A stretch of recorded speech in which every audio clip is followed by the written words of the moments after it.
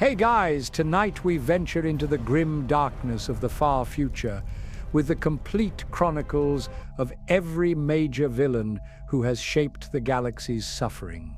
The tragic and terrifying tale of beings who, against all hope and light, chose darkness and brought eternal war. From the ancient star gods who devoured suns to the fallen sons who betrayed their father, from primordial entities that predate humanity by millions of years to mortal champions who sold their souls for power. Their stories are ones of corruption, ambition, desperation, and the price of immortality. So before we dive into the warp, take a moment to like the video and subscribe. I know 87.6% of you amazing viewers haven't hit that subscribe button yet, and your support truly helps this channel reach more lore enthusiasts across the galaxy. If you're interested in exploring different gaming universes, do visit my other channel, Spartan Slumber. I've added the link in the description below. I'm genuinely excited to hear from you in the comments about where you're watching from and what time it is in your part of the world.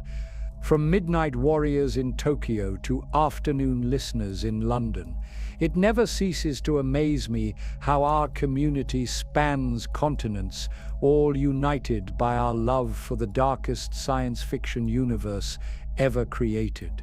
Now, dim the lights. Maybe turn on a fan for that soft background hum.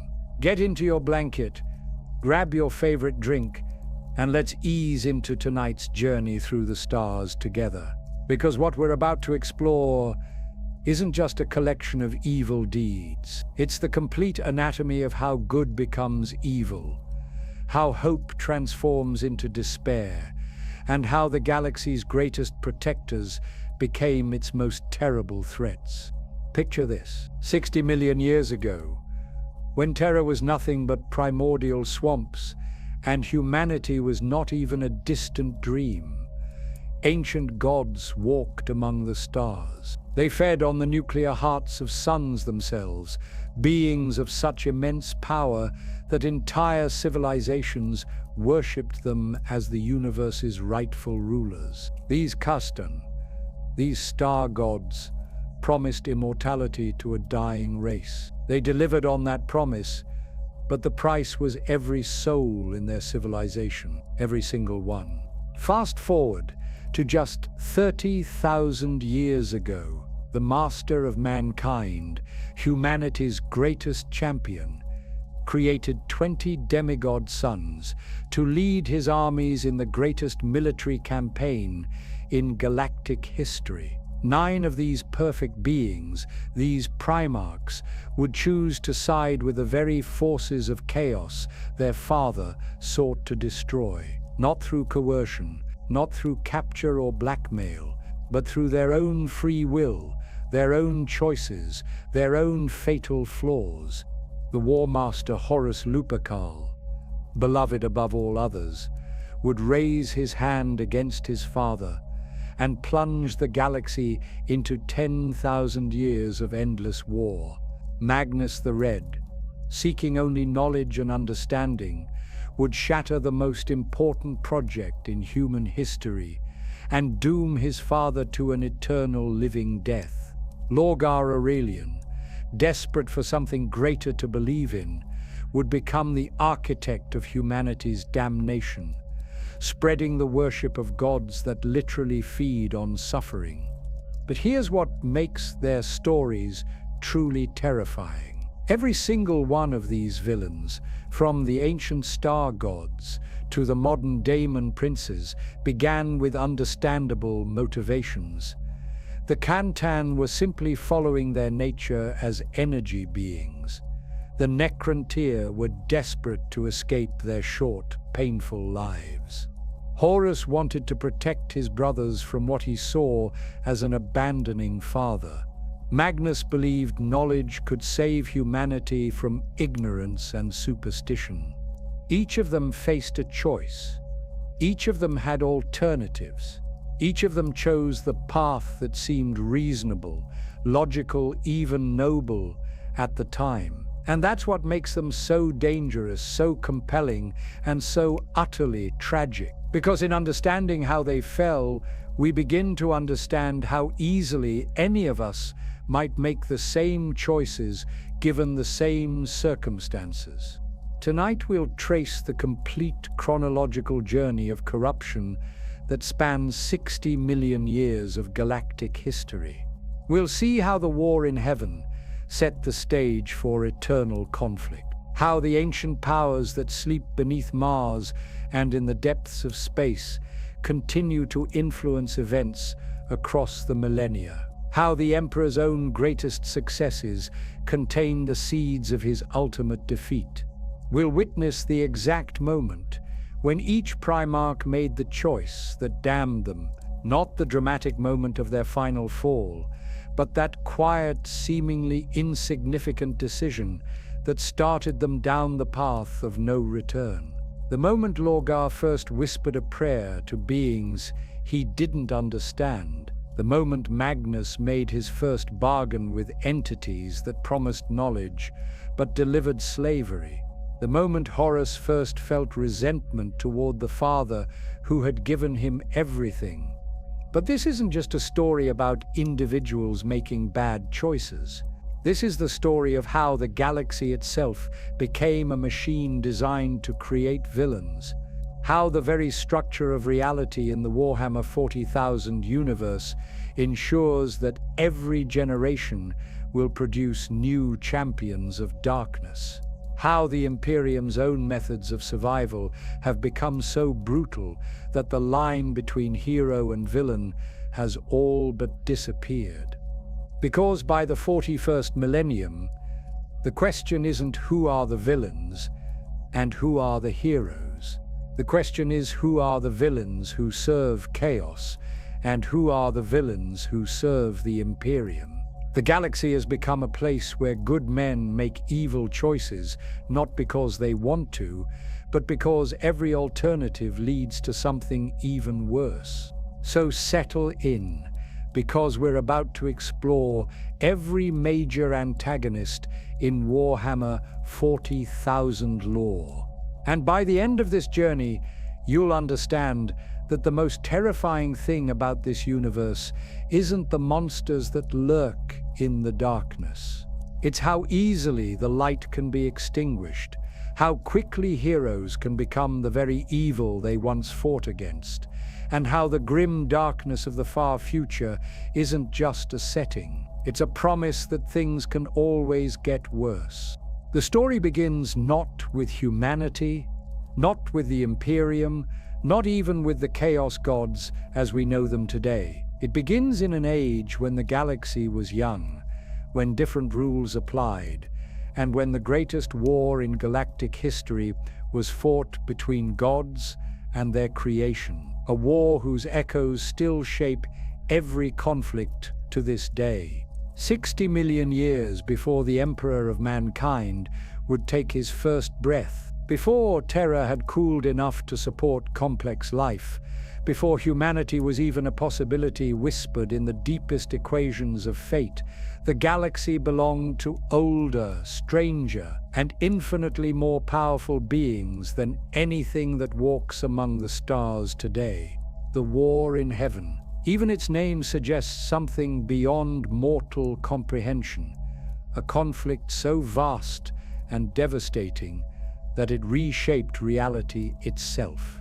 This wasn't a war between nations or species. This was a war between gods and their children, between creators and created, between those who shaped the cosmos and those who inherited it. And from its ashes would rise every villain, every corruption, every horror that would plague the galaxy for the next 60 million years. At the center of this primordial nightmare stood beings known as the Khatan, the star gods. Imagine entities so ancient that they remember the birth of the first stars, creatures of living energy who fed on the nuclear fire at the hearts of suns themselves. They were not evil in any sense that mortal minds could understand. They were simply following their nature, drifting through the void, consuming stellar radiation, existing in a state of perfect, eternal hunger. The Catan were everything that biological life was not. Where flesh was weak, they were pure energy. Where mortals lived brief, desperate lives, they were eternal. Where organic beings required complex ecosystems to survive, they needed only the endless feast of stellar radiation that the galaxy provided in abundance. They were perfection incarnate, or so it seemed to those who first encountered them. For in those ancient days, when the galaxy pulsed with life and possibility, when the Old Ones guided the development of countless species toward psychic enlightenment, there existed a race called the Necrontyr, and the Necrontyr were dying. Picture a civilization that had mastered faster than light travel, that had built monuments spanning solar systems, that had achieved technological marvels that would make even the dark age of technology look primitive. Yet for all their achievements, the Necrontyr could not solve the most basic problem of existence.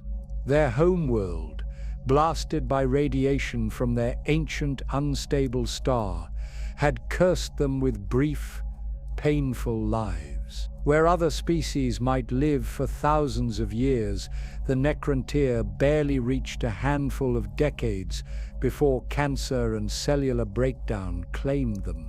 The irony was exquisite and terrible. A species that could travel between stars could not repair their own flesh. Masters of technology, who could reshape worlds, could not extend their own lives. They looked up at the galaxy and saw species like the Old Ones living for millions of years, guiding younger races toward enlightenment and prosperity, while the Necrontyr burned out like candles in a hurricane.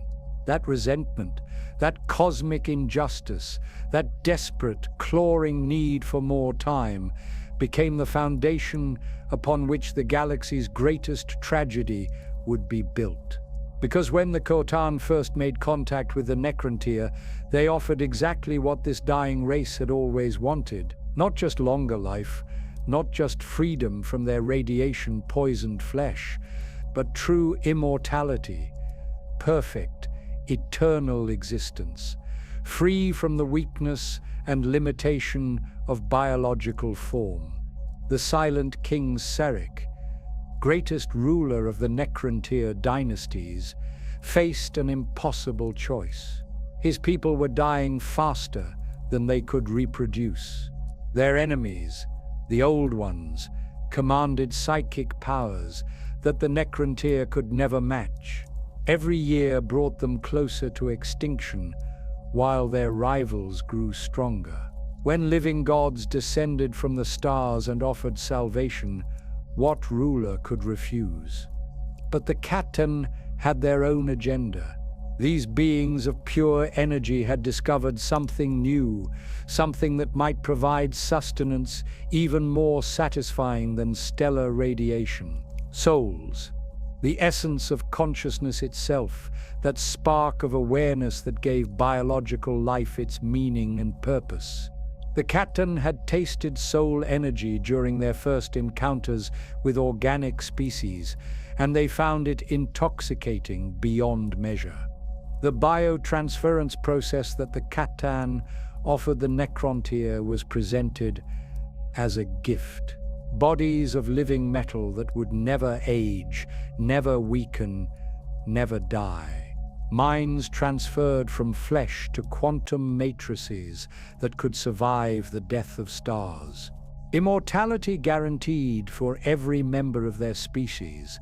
What they didn't mention was that consciousness required more than just memories and personality patterns.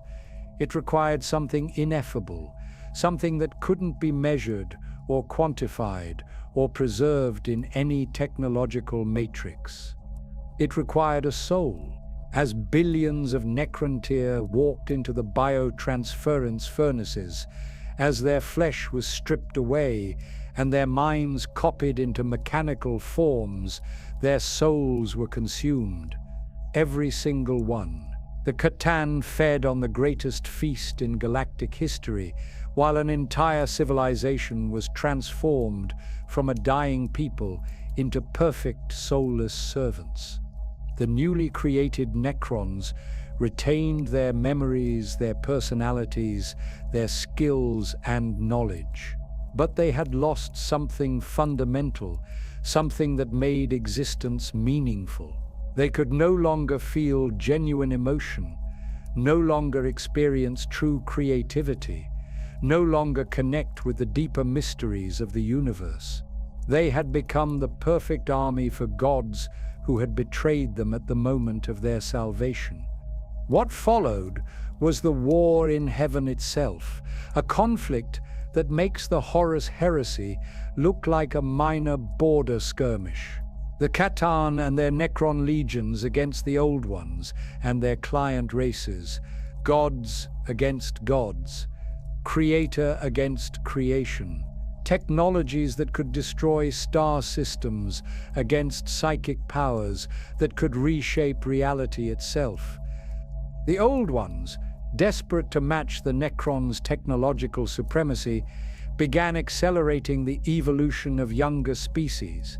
They enhanced the Eldari, making them master psychics capable of manipulating matter and energy with thought alone. They uplifted the Krork, creating what would eventually devolve into the Orcs, perfect biological weapons designed for endless war. They opened gateways to the Warp, that parallel dimension of psychic energy, seeking new weapons against their ancient enemies.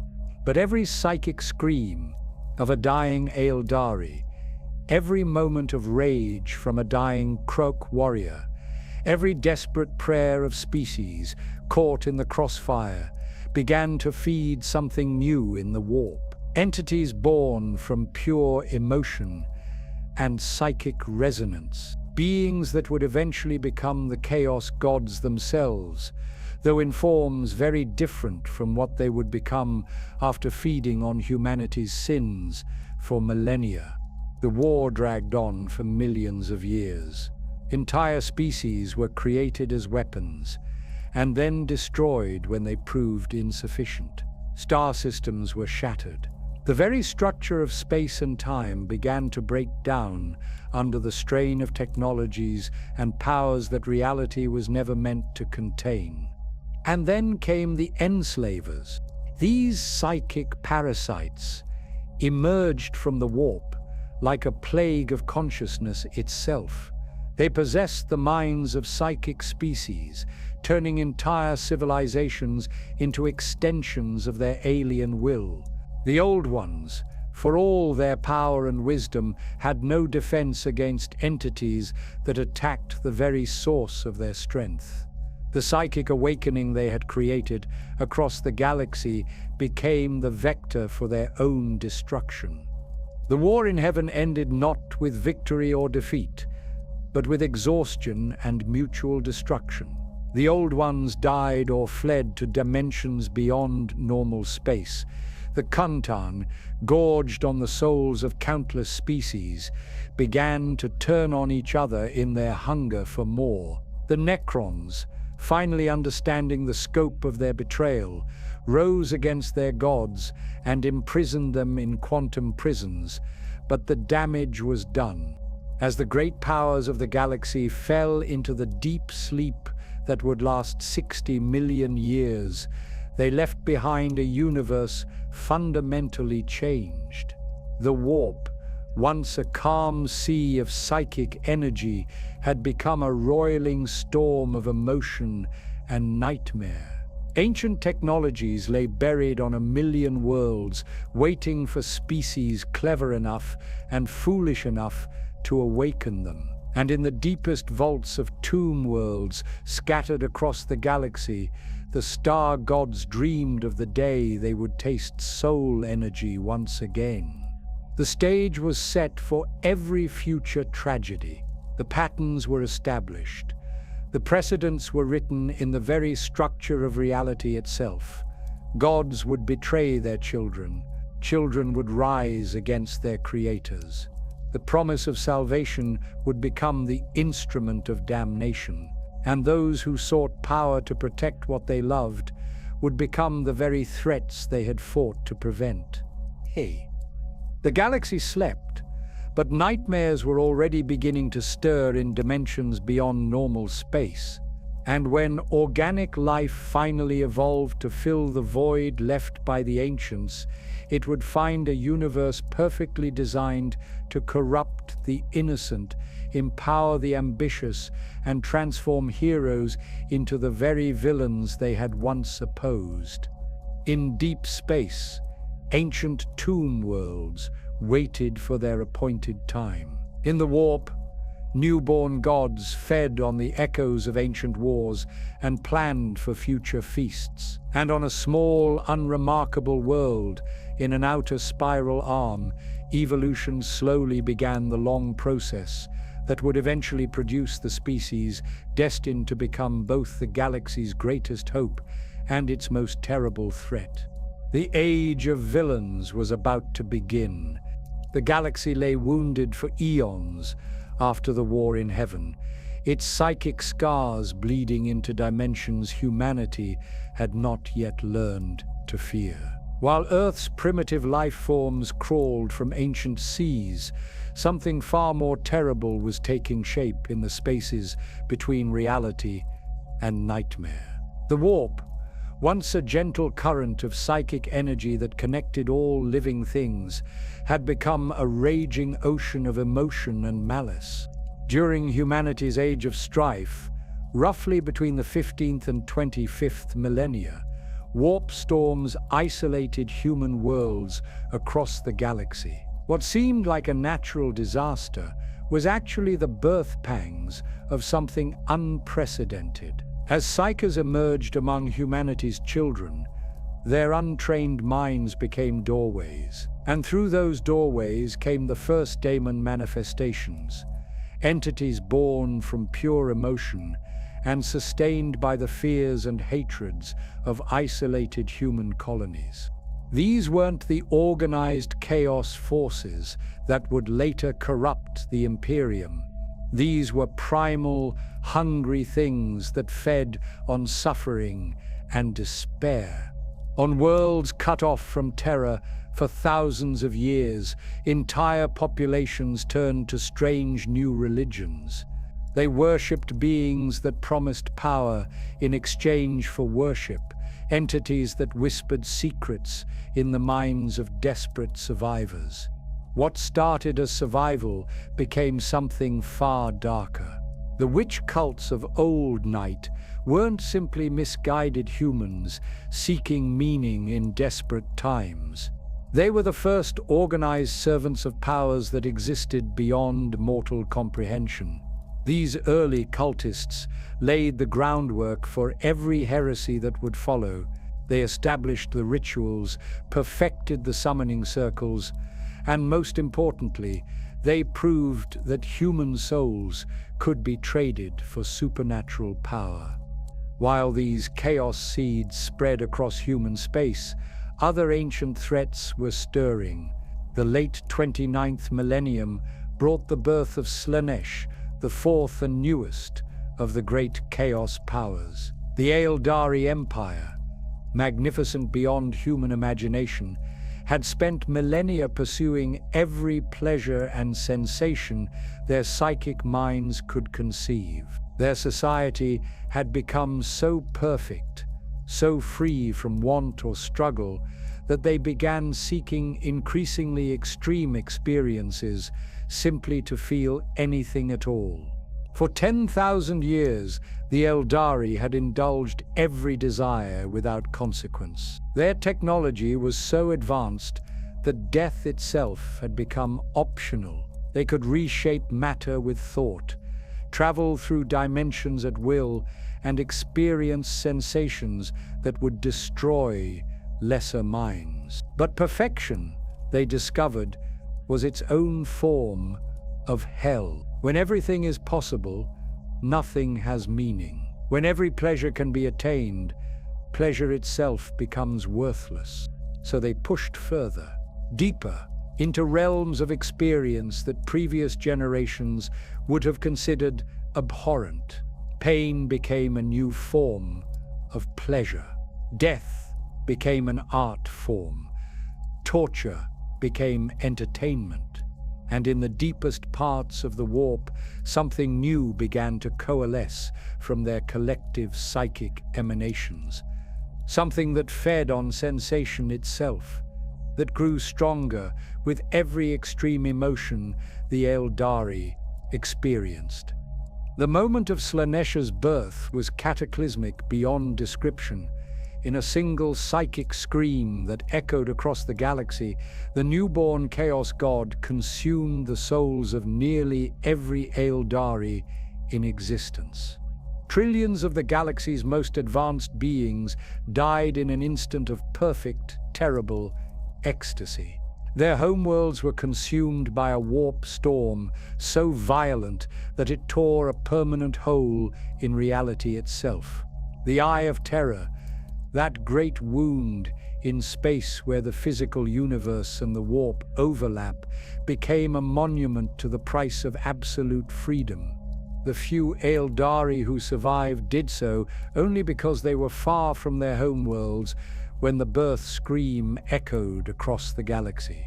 Some fled on massive craft worlds, self-contained worldships that would wander the galaxy for millennia.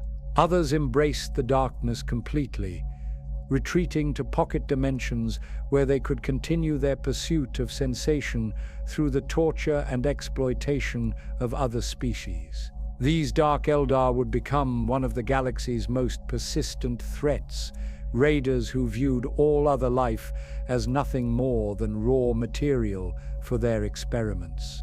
But Slaanesha's birth marked more than just the fall of the Eldari Empire. It represented a fundamental shift in the balance of galactic power. The warp storms that had isolated human worlds began to calm, not because the danger had passed, but because the Chaos Gods now had more direct ways to influence reality. The time of hiding was ending. The age of open corruption was about to begin. On Terra, a being who had walked among humanity since its earliest days, finally revealed himself. The Emperor of Mankind had spent 40,000 years guiding human development from the shadows, appearing as shamans, prophets, and warlords when history required his intervention. But the birth of Slaanesh and the calming of the warp storms presented both an unprecedented opportunity and an existential threat. Humanity's scattered colonies could finally be reunited. The dream of a galactic human empire could become reality. But the forces of chaos were stronger than ever before, and they had learned to speak in humanity's own voice. The Emperor's great gamble would be to create an empire based on the imperial truth, a philosophy of rational materialism designed to starve the Chaos Gods of the worship they needed to manifest in reality. During the unification wars on Terra, the first hints of what was to come began to manifest. The Emperor's Thunder Warriors, his first attempts at creating superhuman soldiers, were brutal and unstable. They conquered Terra's techno-barbarian warlords through overwhelming force, but they were ultimately too flawed to serve the Emperor's greater purpose. Many of them were quietly eliminated once their usefulness ended, a pragmatic decision that established a pattern of sacrificing individuals for the greater good. The Treaty of Mars brought the Mechanicum into the imperial fold, but it also introduced a corruption that the Emperor either didn't recognize or chose to ignore.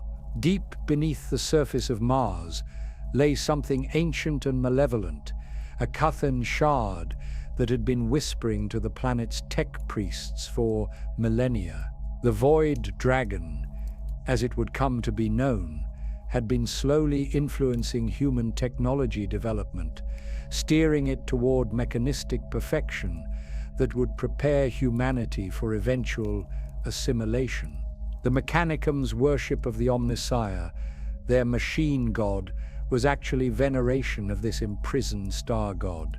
Every prayer to the machine spirits, every ritual of technological communion, every act of replacing flesh with mechanical augmentation brought humanity one step closer to the fate that had befallen the Necrontyr 60 million years earlier.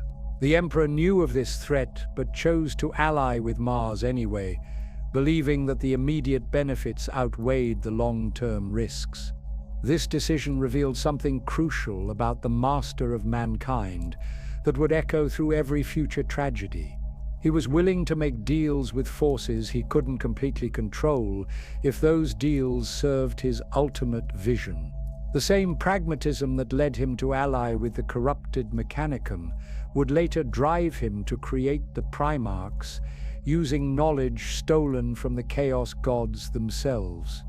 As the Unification Wars drew to a close, and the Emperor prepared to launch his Great Crusade, the stage was set for the greatest tragedy in galactic history.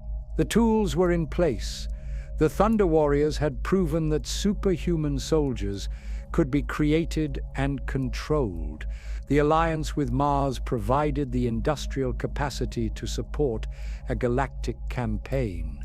The warp storms were calming enough to allow reliable interstellar travel. But the enemies were also preparing. In the Eye of Terror, the newborn Slanesh began to take notice of this ambitious human ruler and his grand plans. The other Chaos gods, ancient beyond measure, saw opportunity in humanity's growing psychic potential. And in the deepest vaults of Mars, something that had once fed on the souls of an entire species began to dream of new harvests. The Emperor's decision to create the Primarchs would bring all these forces into direct conflict. Using genetic templates enhanced with warp-based energies, drawing on sciences that previous human civilizations had wisely abandoned, he would create 20 demigod sons to lead his armies. Each would be a perfect fusion of human ambition and superhuman capability. Each would be designed to embody specific aspects of leadership and warfare, and each would carry within them the seeds of their own corruption, planted not by enemy action, but by the very process of their creation. Because, in seeking to create beings capable of resisting chaos, the Emperor had been forced to use the tools of chaos itself. The contradiction at the heart of his great work would eventually tear the galaxy apart. The scattered human colonies, unaware of the cosmic forces gathering around them, continued their daily struggles for survival.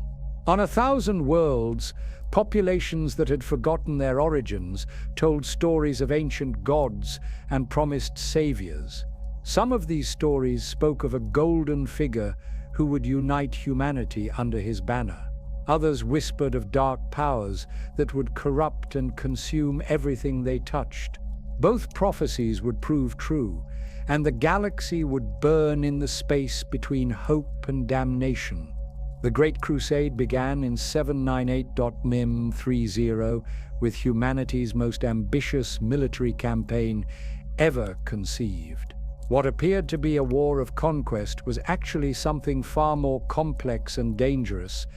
The Emperor wasn't simply building an empire, he was racing against time to unite humanity before the forces of chaos could complete their infiltration of human space.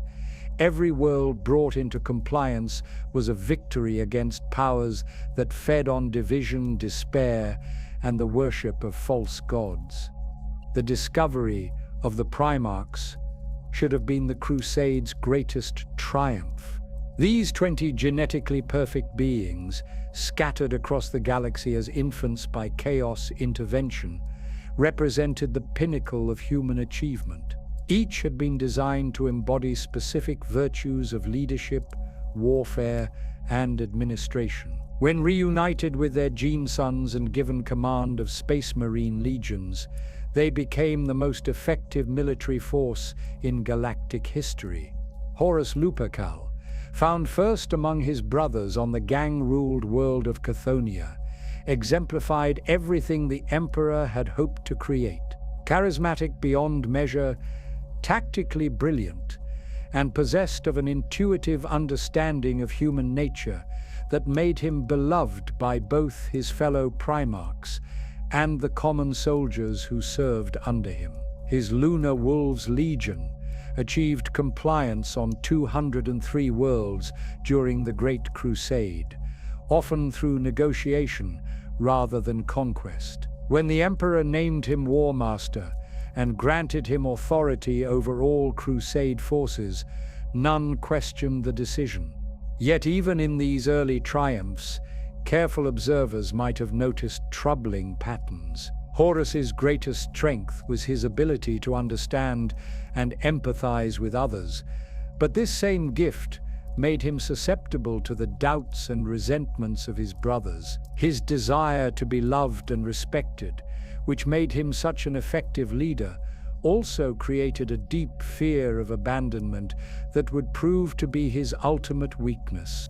Lionel Johnson's discovery on Caliban revealed the first direct evidence that chaos corruption had survived the age of strife. The knightly orders of that forest world had spent generations fighting creatures they called Calibanite beasts, but these monsters were actually manifestations of chaos that had been drawn to the planet by ancient warp storms. Luther, Johnson's adoptive father and greatest friend, had been exposed to this corruption for decades without realizing its true nature.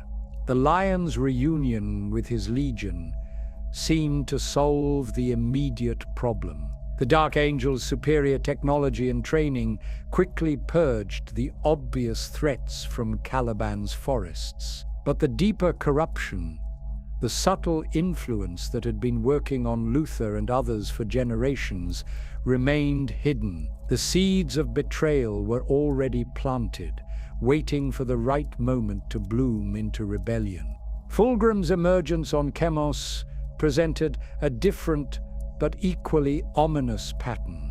The Phoenix, as he came to be known, had single-handedly saved his homeworld from industrial collapse through sheer force of will and perfectionist dedication. His Emperor's Children Legion embraced this philosophy completely, striving for excellence in every aspect of warfare and culture. They achieved standards of precision and discipline that made other legions appear crude by comparison. But perfection, as the fallen Eldari had learned, was a dangerous obsession. The Emperor's Children's pursuit of flawless execution gradually became an end in itself, rather than a means to serve the Imperium. Their pride in their achievements began to overshadow their loyalty to their father's vision. When they encountered alien technologies that promised even greater perfection, they would prove unable to resist the temptation. Perturbo's discovery on Olympia showcased yet another form of corruption, one that would prove especially dangerous because it seemed so reasonable. The Iron Warrior's Primarch was a brilliant architect and engineer whose strategic mind could solve any logistical challenge. He excelled at the siege warfare that other legions found tedious and thankless, breaking fortress worlds that had resisted Imperial compliance for years. However, Perturbo's gifts came at a psychological cost. He saw every problem as a mathematical equation to be solved through the application of overwhelming force and perfect planning. Human emotion, Individual desires, even the lives of his own soldiers, became variables in his calculations rather than meaningful concerns. When he implemented the ancient practice of decimation, executing every 10th man in units that had shown cowardice, few questioned his methods because they were undeniably effective. The tragedy of Angron's discovery on Nuceria represented perhaps the most profound failure of the Emperor's vision. The Red Angel had been found not as a conquering hero, but as a slave gladiator, fighting a doomed rebellion against his world's ruling class. The butcher's nails implanted in his brain had turned him into a perpetual berserker, capable of incredible violence, but unable to experience peace or genuine human connection. Rather than healing his son or finding a way to free him from his mechanical torment, the Emperor simply extracted Angron from his homeworld and left his gladiator brothers to die.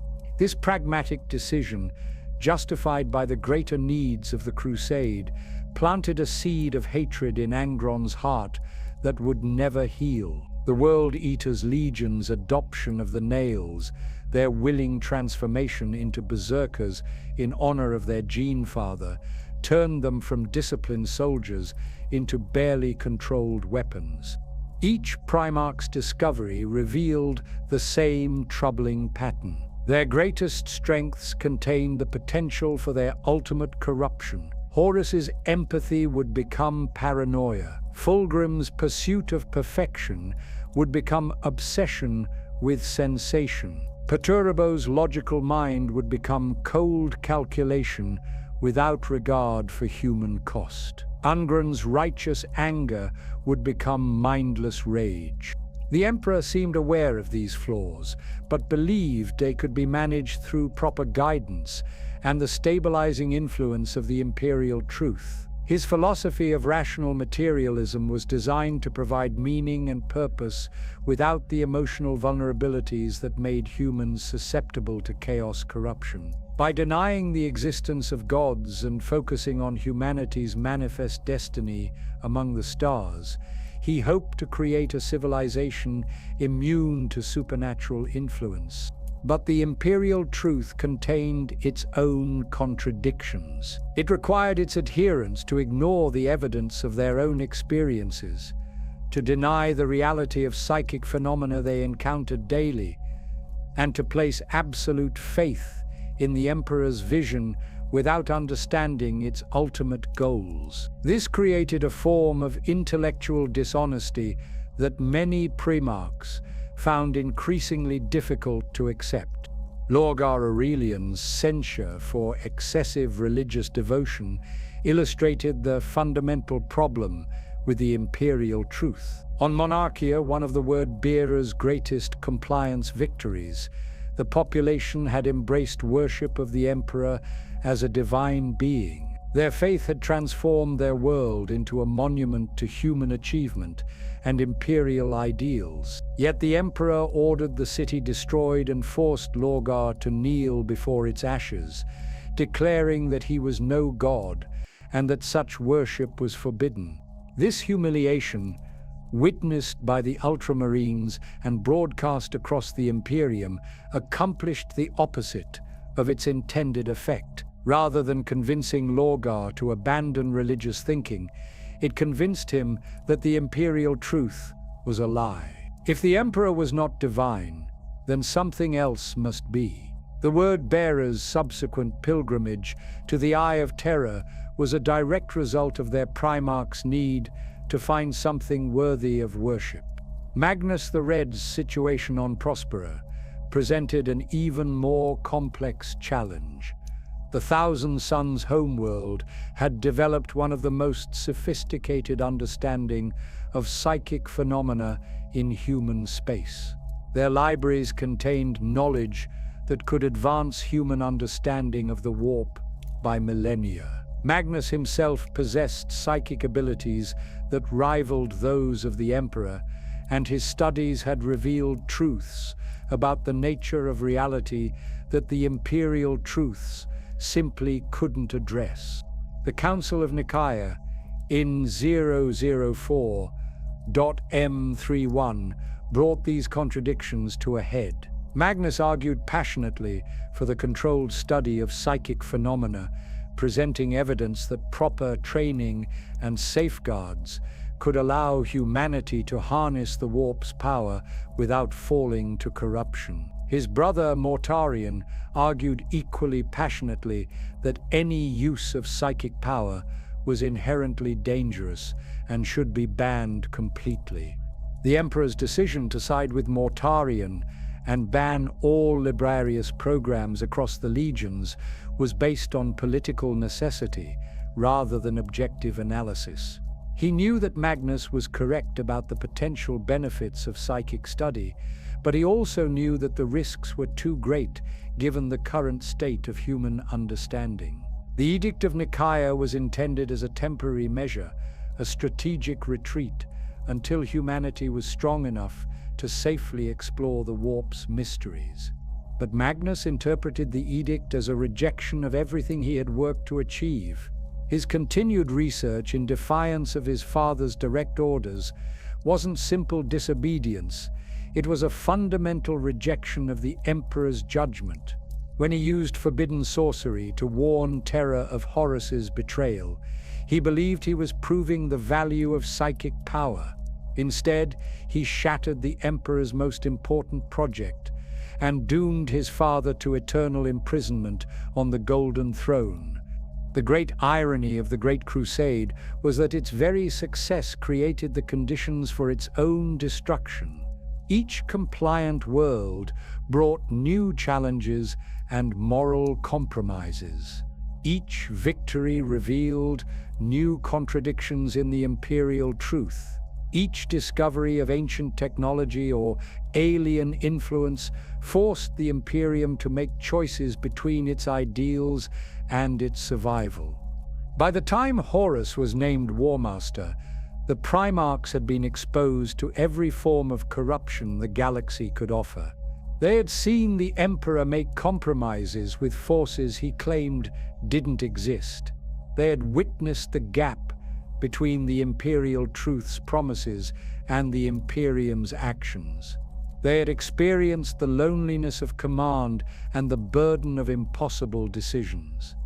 The stage was set for the galaxy's greatest tragedy, not because evil forces had conquered good, but because good intentions had created their own form of corruption.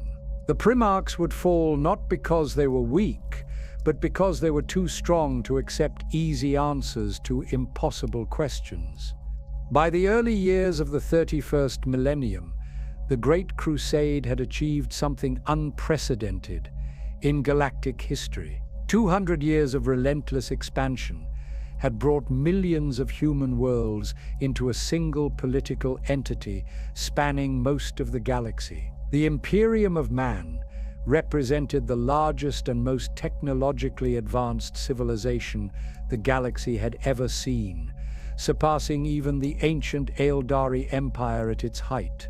Yet this golden age was built on foundations far more fragile than anyone realized. The Emperor's grand design required three interconnected elements to succeed. The Imperial truth would deny the Chaos Gods the worship they needed to manifest in reality. The Webway project would free humanity from dependence on warp travel and the dangers it entailed. And the Primarchs would serve as perfect leaders, combining superhuman capabilities with unwavering loyalty to their father's vision. Each of these elements appeared to be succeeding beyond all expectations, but each also contained contradictions that would eventually tear the Imperium apart. The Webway project represented the Emperor's most ambitious undertaking, a secret work that consumed more resources than the rest of the Great Crusade combined. Deep beneath the Imperial Palace on Terra, vast machines worked to create a human entrance into the ancient Eldari transportation network, Success would allow humanity to travel instantly between distant worlds without entering the warp, eliminating the risk of daemon possession, psychic corruption, and the navigation hazards that made interstellar commerce so dangerous. The project required technologies that pushed the boundaries of human understanding. The Emperor had been forced to incorporate principles and devices that existed on the borderline between science and sorcery. Much of the underlying theory came from his studies of chaos itself, knowledge gained through negotiations and bargains that he had never fully explained to his closest advisors. The irony was profound. Humanity's liberation from chaos dependence required the use of chaos-derived knowledge.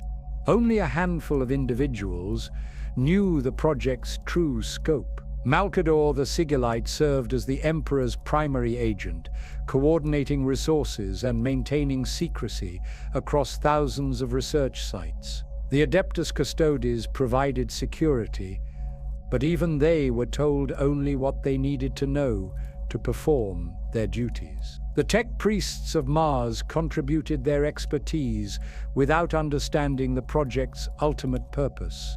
This compartmentalization was necessary for security, but it also meant that no one except the Emperor himself understood how all the pieces fit together. When Magnus eventually shattered the project's psychic barriers in his attempt to warn Terra of Horus's betrayal, there would be no one capable of repairing the damage. The Emperor's personal involvement would become essential not just for completion, but for basic maintenance of what had already been built. The Primarchs themselves represented an even more complex achievement and risk. Each had been designed to embody specific aspects of leadership and warfare, but they were also individuals with their own personalities, desires, and interpretations of their roles. Their superhuman capabilities came with superhuman pride, ambition, and emotional intensity that made them both more effective and more dangerous than purely human leaders would have been. Horus Lupercal had proven himself the most successful of all the Primarchs, beloved by his brothers and respected by the common soldiers who served under him. His Lunar Wolves Legion had achieved compliance on more worlds than any other, often through negotiation and diplomacy rather than conquest. When the Emperor withdrew from direct command of the Great Crusade to focus on the Webway project, naming Horus as War Master seemed like the obvious choice. But this promotion also represented the first crack in the Emperor's relationship with his sons. By withdrawing to Terra and delegating military command to Horus, the Emperor appeared to be abandoning the Crusade just as it was achieving its greatest successes. The Primarchs had been created to serve their father's vision, but they increasingly found themselves operating without clear guidance about what that vision actually entailed. Robert Guilliman had taken this uncertainty as an opportunity to develop his own interpretation of imperial ideals. His 500 Worlds of Ultramar had become a model of efficient administration and benevolent governance. The Ultramarines Legion served not just as conquerors, but as builders, establishing infrastructure and institutions that would allow newly compliant worlds to prosper within the imperial framework. Guilliman's success highlighted one of the fundamental tensions within the Great Crusade.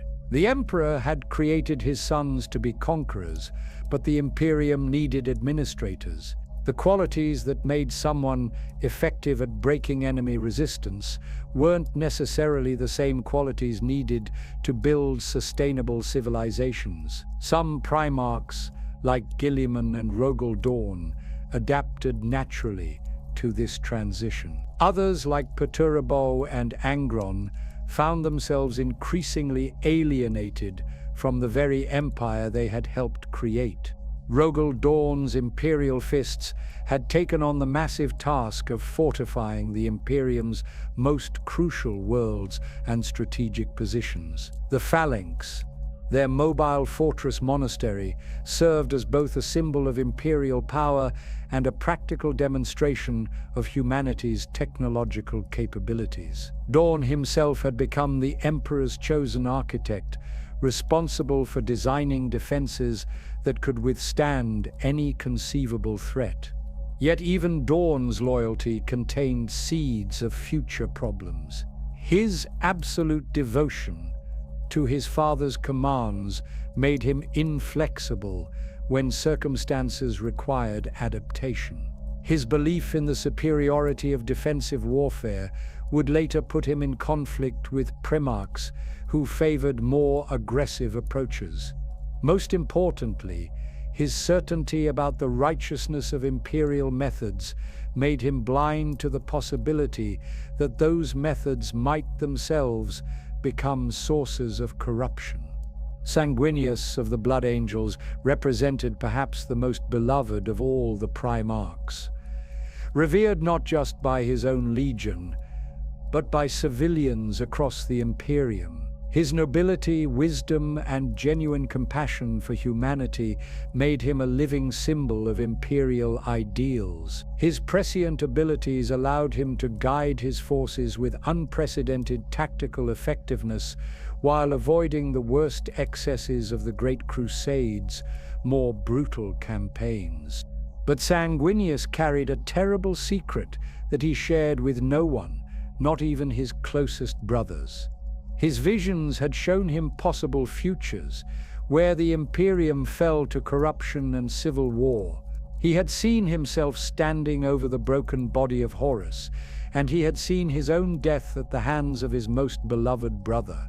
These visions tormented him with the knowledge that the Golden Age was temporary, but they also paralyzed him with uncertainty about whether his actions would prevent these dark futures or help bring them about. The Chaos Gods, meanwhile, had been carefully observing the Imperium's growth and identifying its vulnerabilities.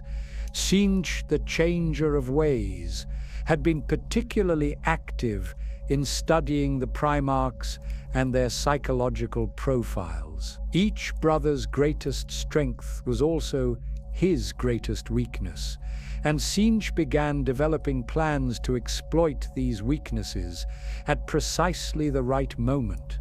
Khorne had been growing stronger throughout the Great Crusade, fed by the constant warfare that imperial expansion required. The Blood God cared nothing for politics or ideology. He was simply pleased that humanity's expansion meant more battles, more bloodshed, and more opportunities for warriors to prove their worth through violence. The Primarchs' superhuman combat abilities made them particularly attractive potential champions. Nurgle had been working more subtly, spreading his influence through the despair and suffering that followed in the Crusades' wake. Worlds that resisted imperial compliance often faced total war, and the survivors frequently found themselves ground down by the demands of imperial taxation and military conscription. The Plague God offered comfort to those who had lost everything, promising acceptance and peace in exchange for surrender to his embrace. Slaanesh, newest and hungriest of the Chaos Gods, had been studying the Imperium's pursuit of perfection and excellence. The Prince of Pleasure saw opportunity in humanity's ambition, their desire to achieve ever greater heights of accomplishment and recognition. The Primarchs themselves, with their superhuman capabilities and corresponding egos, represented the most promising targets for this particular form of corruption. The Emperor's awareness of these threats drove his increasingly desperate timeline for the Webway project. He knew that the current situation was unsustainable in the long term. The Great Crusade had succeeded beyond all reasonable expectations, but its very success had attracted the attention of forces that could destroy it. The Chaos Gods were preparing their counterstrike, and when it came, it would target the Imperium's greatest strengths rather than its obvious weaknesses. The Imperial truth itself was beginning to show strain under the weight of accumulated contradictions. Millions of Imperial citizens had encountered phenomena that the official philosophy claimed didn't exist. Psykers continued to manifest, despite official doctrine denying the reality of psychic powers.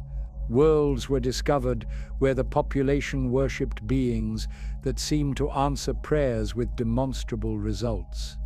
The Mechanicum's alliance with Terra had brought enormous benefits to the Great Crusade, but it had also introduced complications that the Emperor was only beginning to understand. The tech priests' worship of the Omnissiah was tolerated because of their technical expertise, but their religious practices made them potentially vulnerable to the same forms of corruption that threatened other imperial institutions. Most troubling of all, the Void Dragon's influence on Mars was becoming increasingly apparent to those who knew what to look for. The ancient Khadun's subtle manipulation of human technology development had been guiding humanity toward greater mechanization and artificial intelligence research. Every advancement in cybernetic enhancement, every improvement in machine-spirit interfaces, every step toward replacing flesh with metal, brought humanity closer to the fate that had befallen the Necrontyr 60 million years earlier. As the Great Crusade entered its third century, the Imperium stood at the pinnacle of human achievement. Its armies were invincible, its technology was advancing rapidly, and its expansion seemed unlimited. The Golden Age appeared to have no end, and humanity's destiny among the stars seemed assured. But beneath the surface, cracks were already beginning to show. The Emperor's absence from active leadership was creating a vacuum that ambitious individuals were beginning to fill with their own interpretations of imperial doctrine. The Primarchs were developing their own philosophies and methods, not always in harmony with each other or their father's original vision. Most dangerously of all, the forces of chaos were preparing to reveal themselves. They had spent 2 centuries studying the Imperium's strengths and weaknesses, identifying the perfect moment and method to strike. When their assault finally came, it would target not the Imperium's armies or its technology, but its very soul. The Golden Age was about to end, not in military defeat, but in the corruption of everything it had sought to protect. The corruption of the Imperium began not with grand gestures or obvious betrayals, but with whispered conversations in the shadows of compliance ceremonies. While the galaxy celebrated 2 centuries of unprecedented human expansion, a cancer was metastasizing through the very heart of the Great Crusade. The Word-Bearers Legion, outwardly loyal servants of the imperial truth, had become the unwitting architects of humanity's damnation. Erebus and Cor Ferron had shaped Lorgar Aurelian since his earliest memories on Colchis. These 2 men, if they could still be called men, had spent decades preparing their adopted son for a destiny far greater and more terrible than simple planetary rulership. They had fed him carefully, crafted visions of cosmic truth, stories of ancient powers that existed beyond the material universe, and most importantly, the unshakable belief that worship was humanity's highest calling. When the Emperor arrived on Colchis and revealed himself as Lorgar's true father, Erebus and Cor Ferron saw opportunity rather than displacement. They had raised a Primarch to seek divinity, and now they would guide him toward the proper objects of veneration. The Emperor's denial of his own godhood simply proved that greater gods existed elsewhere, waiting for worthy servants to discover them.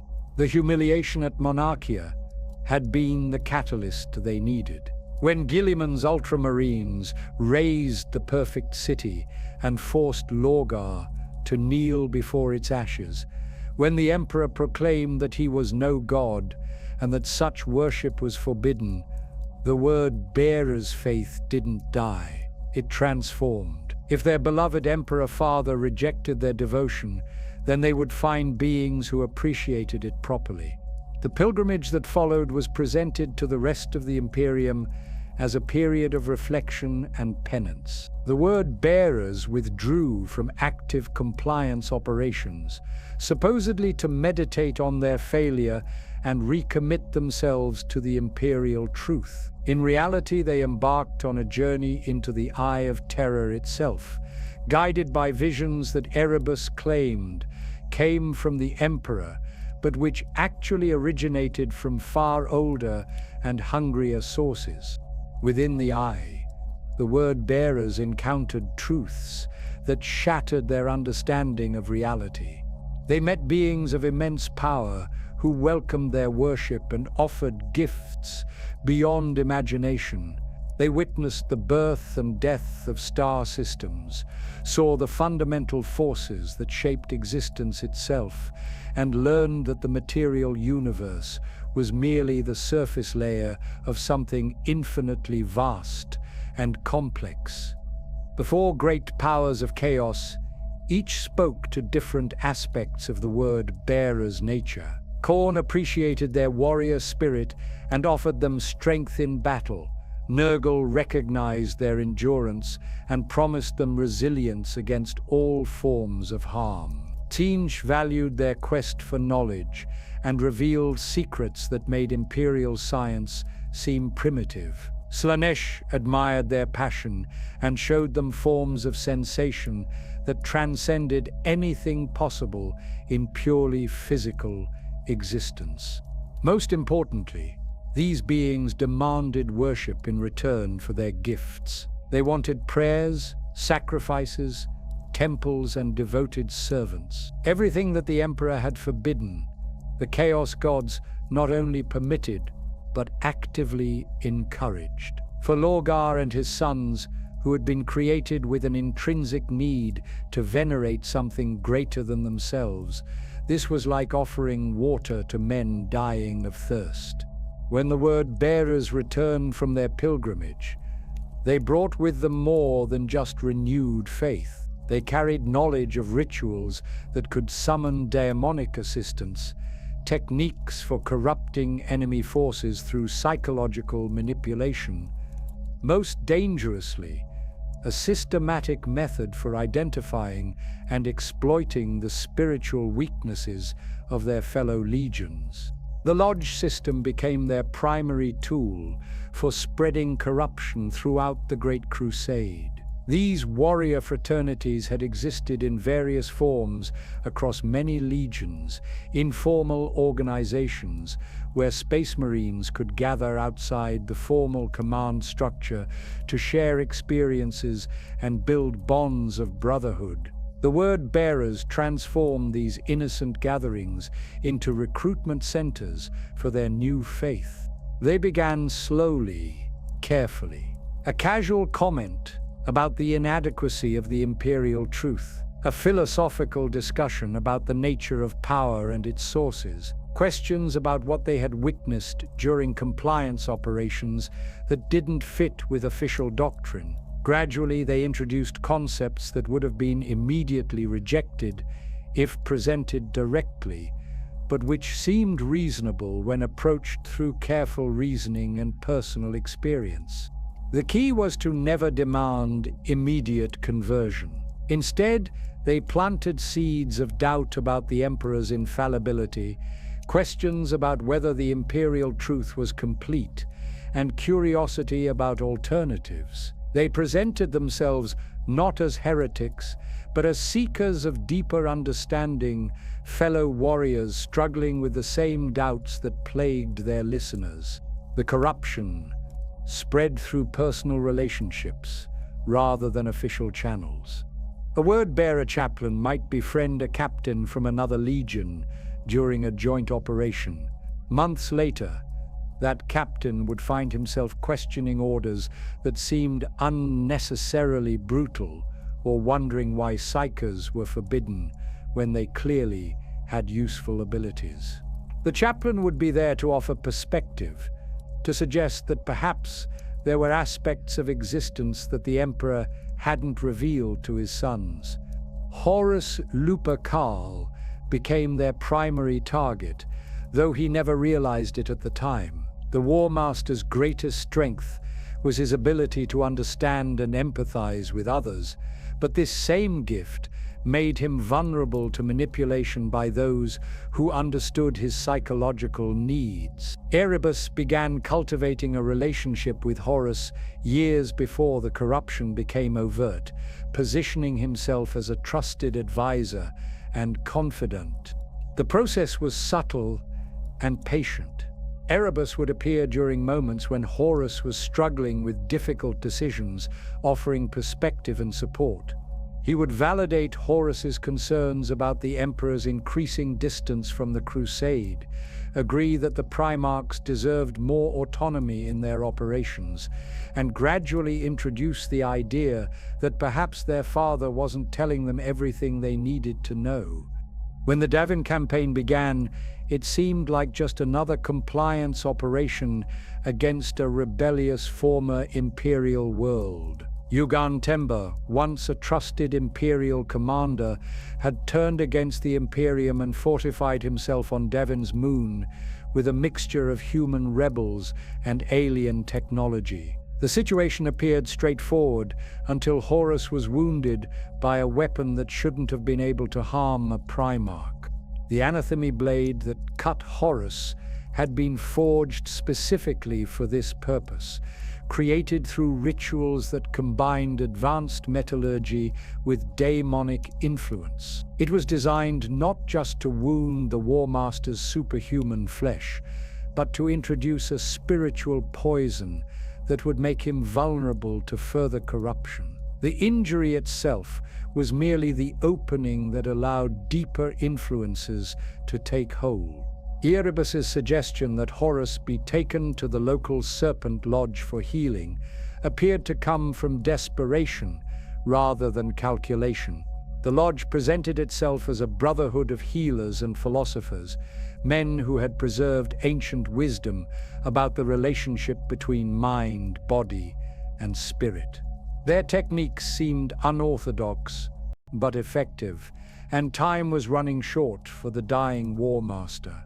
The healing ritual that saved Horus's life also opened his mind to visions of possible futures. The beings that spoke to him during his spiritual journey presented themselves as ancient guardians of humanity, concerned voices warning him about dangers that the Emperor had hidden from his sons. They showed him images of the Imperium transformed into a theological tyranny, with the Emperor worshipped as a god and the Primarchs forgotten as obsolete relics.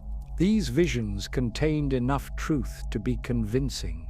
The Emperor was indeed conducting secret projects that he hadn't explained to his sons. The Imperial truth was incomplete, designed more to deny chaos worship than to provide genuine understanding of the universe's nature. The Primarchs were being increasingly marginalized as the Emperor focused on mysterious work beneath the Imperial palace. When Horus emerged from the ritual, he carried with him a fundamental shift in perspective. He still loved his father, but he no longer trusted him completely. He still believed in humanity's destiny among the stars, but he questioned whether the current path was the right one. Most importantly, he had been shown that alternatives existed, that the Emperor's way was not the only way to achieve greatness. The corruption spread from Horus to his closest advisors, and from them throughout the Lunar Wolves Legion. It moved through personal relationships and shared experiences rather than formal indoctrination. A captain who trusted his Primarch's judgment would find himself questioning the same imperial policies that troubled Horus. A sergeant who respected his captain would begin to see problems with orders that seemed to prioritize imperial doctrine over practical results. Meanwhile, other legions were experiencing their own forms of corruption, each tailored to their specific psychological vulnerabilities. Fulgrim's Emperor's children were being tempted by the promise of perfection beyond anything they had previously imagined. Mortarian's Death Guard were being offered freedom from the suffering and endurance that had defined their existence. Perturbo's Iron Warriors were being shown visions of the recognition and appreciation they had always craved. The genius of the Chaos corruption was that it didn't require the victims to abandon their core beliefs or loyalties. Instead, it reinterpreted those beliefs in ways that served the Chaos God's purposes. Horus didn't stop loving his brothers or caring about humanity's future. He simply began to believe that protecting them required replacing their father with leadership that better understood the universe's true nature.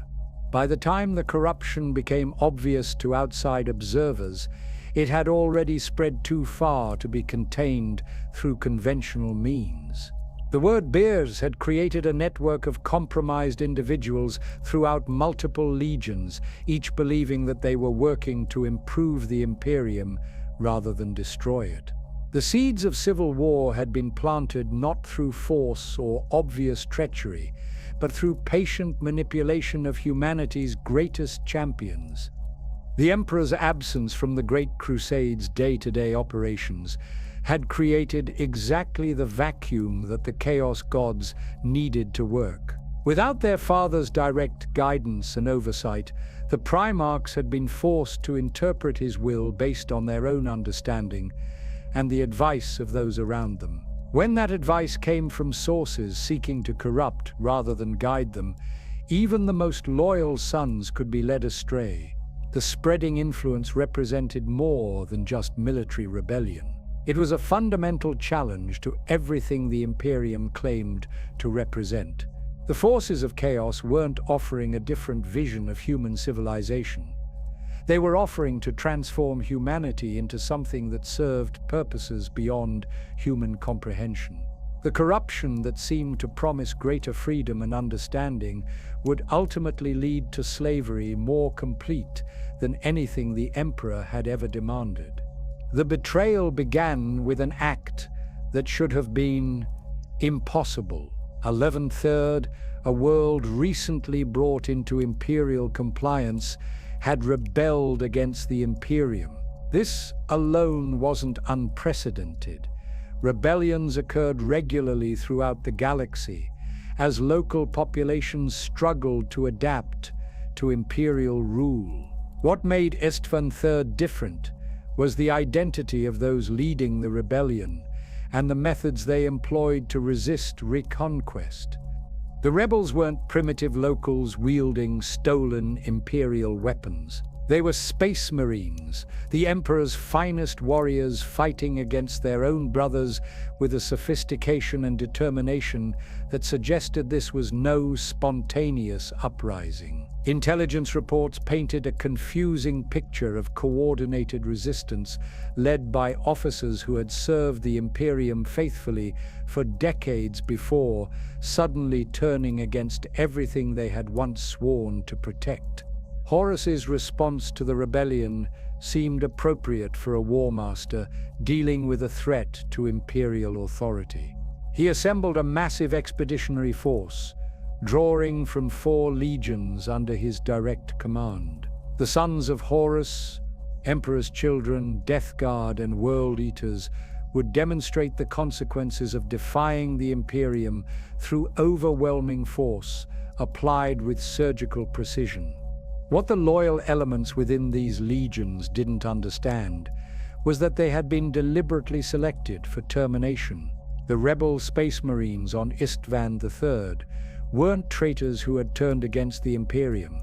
They were loyalists who had refused to embrace the new philosophy that their Primarchs had adopted. The campaign wasn't designed to crush rebellion, but to eliminate witnesses to a much larger betrayal.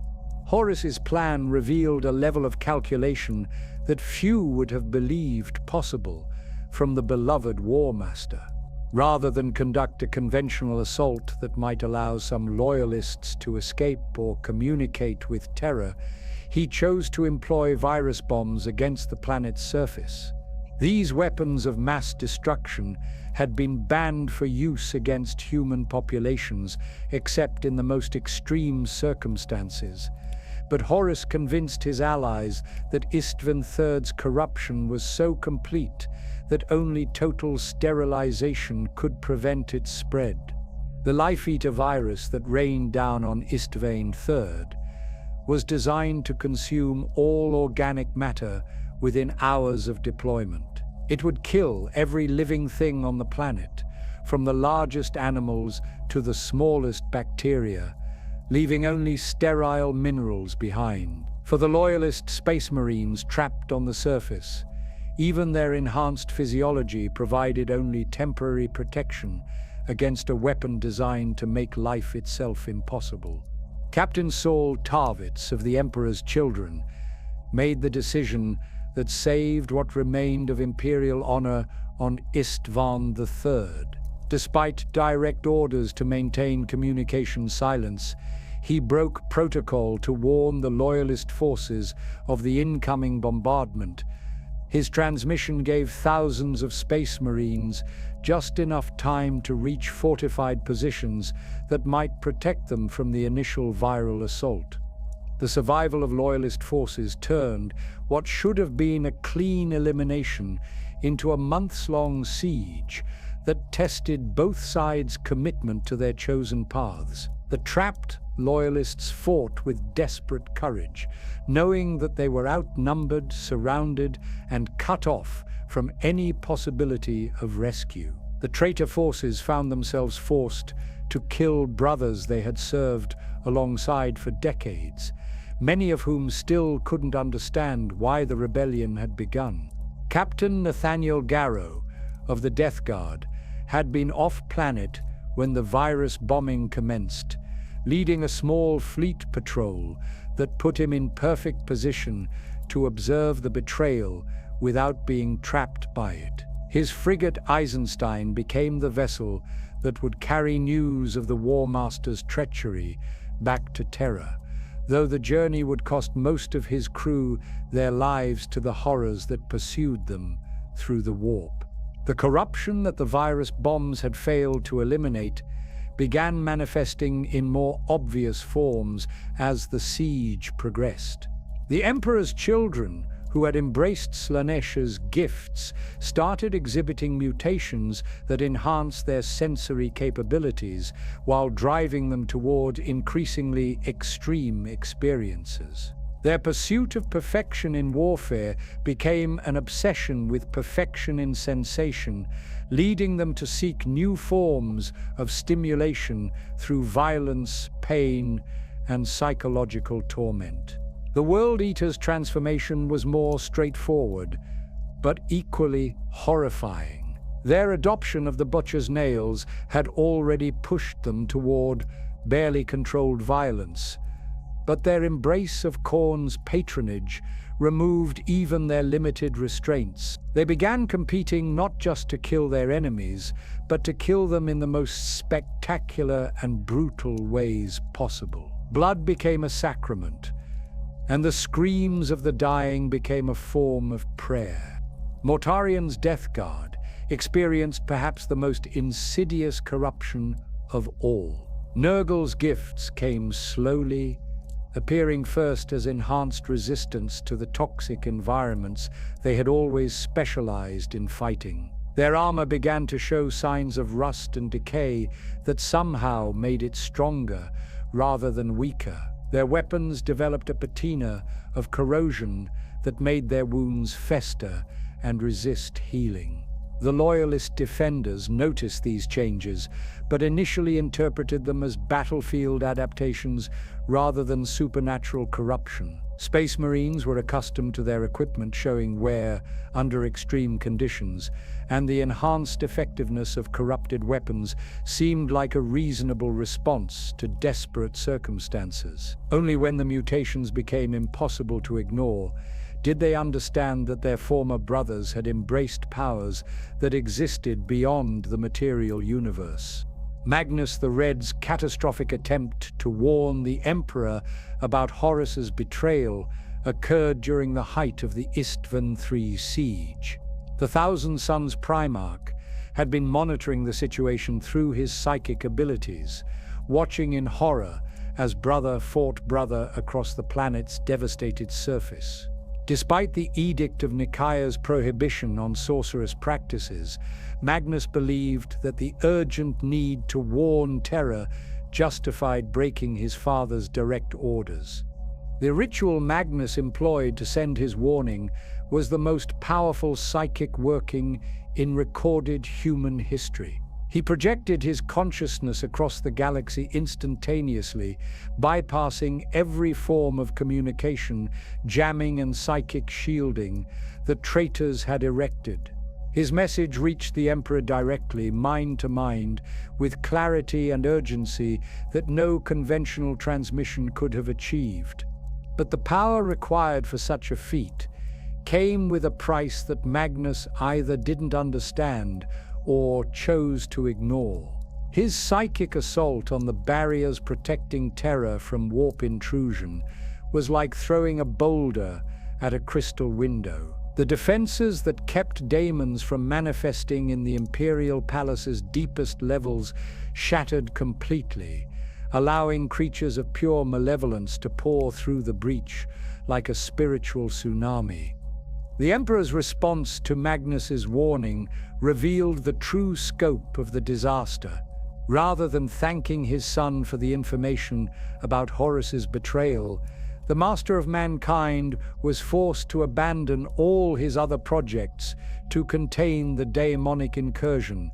The Webway project, which had consumed 2 centuries of secret development and represented humanity's path to independence from warp travel, was compromised beyond any possibility of repair.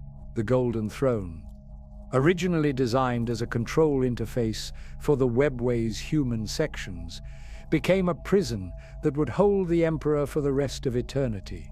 Every moment of every day, he would be forced to maintain psychic barriers against demonic forces that sought to use the breach Magnus had created to invade Terra itself. The great work that might have freed humanity from the Chaos God's influence became the chain that bound their greatest enemy to the defense of their homeworld. Magnus's realization of what he had done, and more importantly, what he had been manipulated into doing, came too late to change anything. Science had played a game spanning centuries, gradually guiding the Thousand Sons toward greater psychic ambition, while simultaneously arranging for their abilities to be declared heretical. The Changer of Ways had orchestrated a situation where Magnus would feel compelled to use forbidden knowledge to serve what he believed was a greater good. The burning of Prospero followed inevitably from Magnus's choice. Leman Russ and his Space Wolves had been dispatched to arrest Magnus and bring him back to Terra for judgment. But the message they received had been corrupted during transmission. Instead of taking their brother into custody, they were ordered to execute him and destroy everything he had built. The battle for Prospero represented one of the heresy's greatest tragedies, a conflict between loyalist forces that served the traitors' purposes better than any victory they could have achieved through direct action. The Space Wolves destroyed the greatest repository of psychic knowledge in human space, eliminated thousands of scholars and researchers who might have found ways to counter chaos corruption, and drove the surviving 1,000 sons into the embrace of the very powers their Primarch had unwittingly served. The corruption that had begun with whispered doubts and philosophical discussions was becoming visible to anyone willing to see it. The Emperor's children had become something barely recognizable as human, their pursuit of sensation leading them toward extremes that horrified even their enemies. The World Eaters had abandoned any pretense of discipline or strategy, becoming berserkers who cared only for the next opportunity to spill blood. The Death Guard had embraced decay as a form of strength, finding peace in the acceptance of entropy. But perhaps the most disturbing aspect of the spreading corruption was how reasonable it seemed to those experiencing it.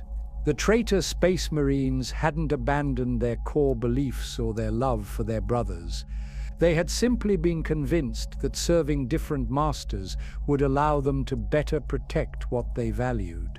The corruption presented itself not as evil, but as a more complete understanding of the universe's true nature.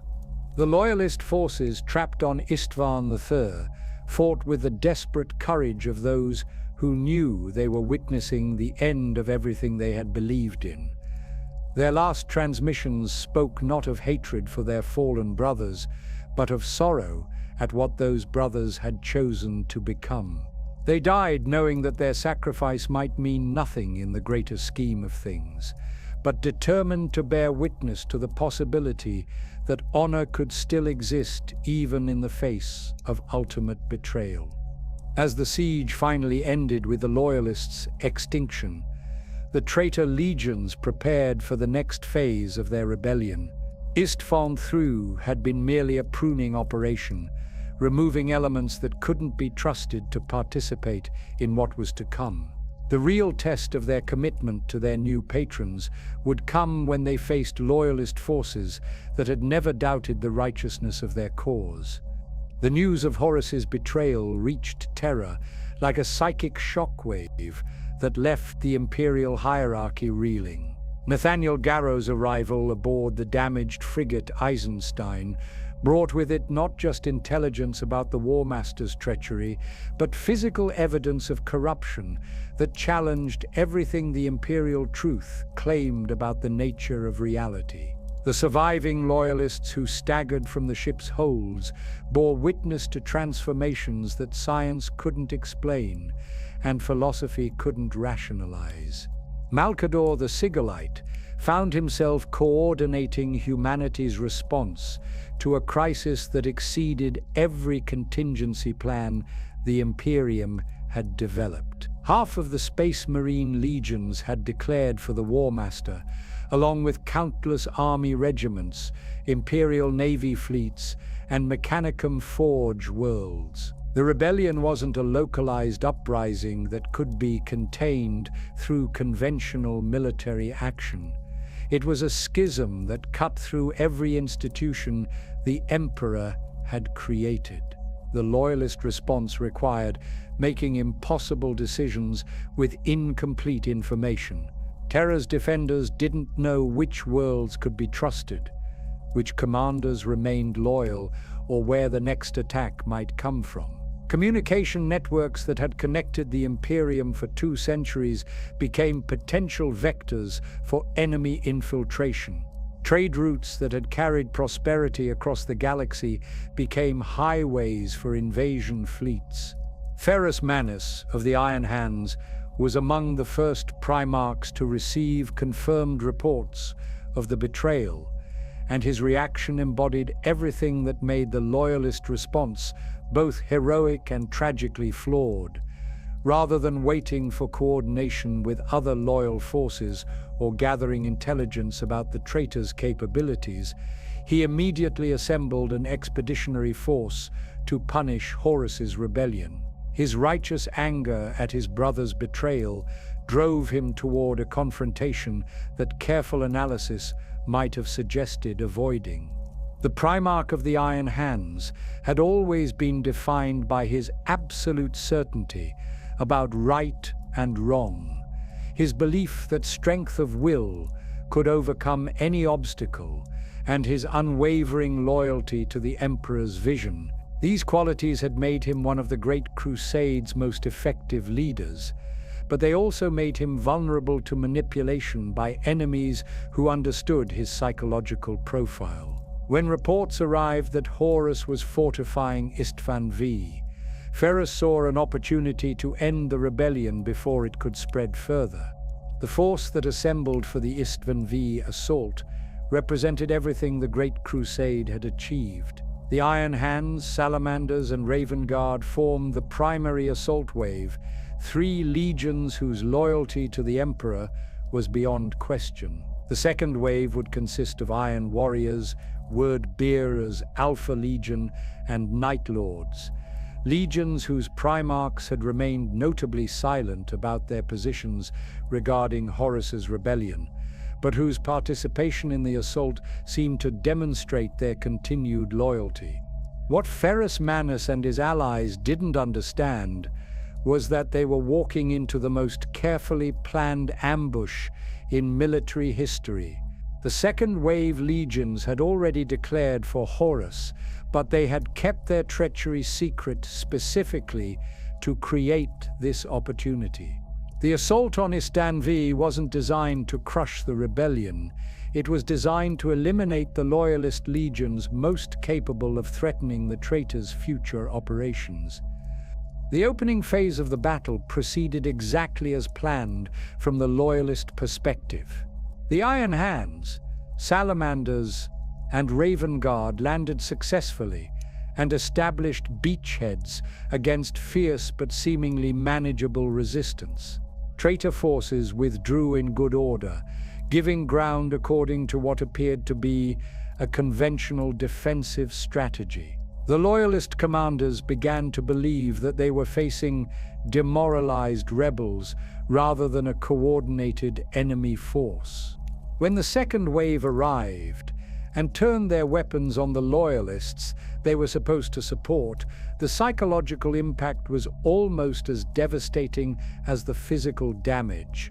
Space Marines who had never known defeat found themselves caught between enemies who knew their tactics, their communication protocols, and their predetermined fallback positions.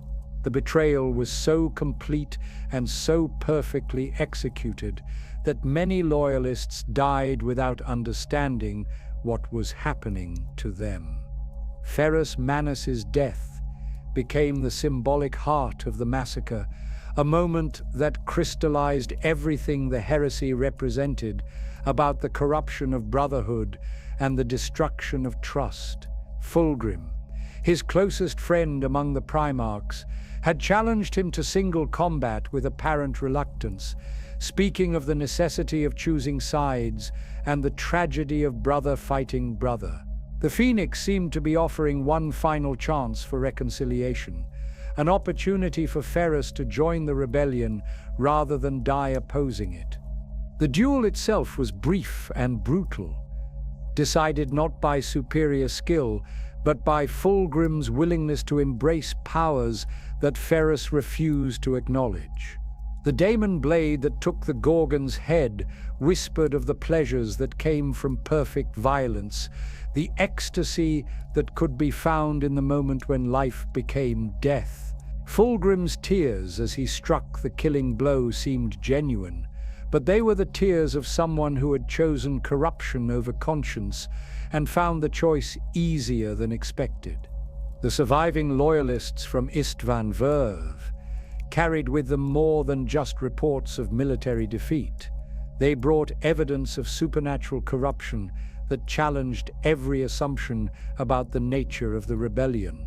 Vulcan of the Salamanders and Korax of the Raven Guard had witnessed transformations that couldn't be explained through conventional understanding. Their own brothers had become something other than human, possessed of abilities and motivations that seemed to originate from sources beyond the material universe.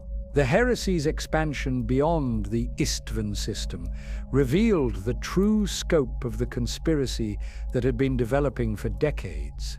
Rebellions erupted simultaneously across hundreds of sectors, suggesting coordination that would have been impossible without extensive preparation and infiltration. Planetary governors who had served faithfully for generations suddenly declared independence from terror. Army regiments turned their weapons on loyalist units during active combat operations. Naval fleets disappeared into the warp, only to reappear months later, bearing symbols and modifications that no imperial shipyard had ever produced.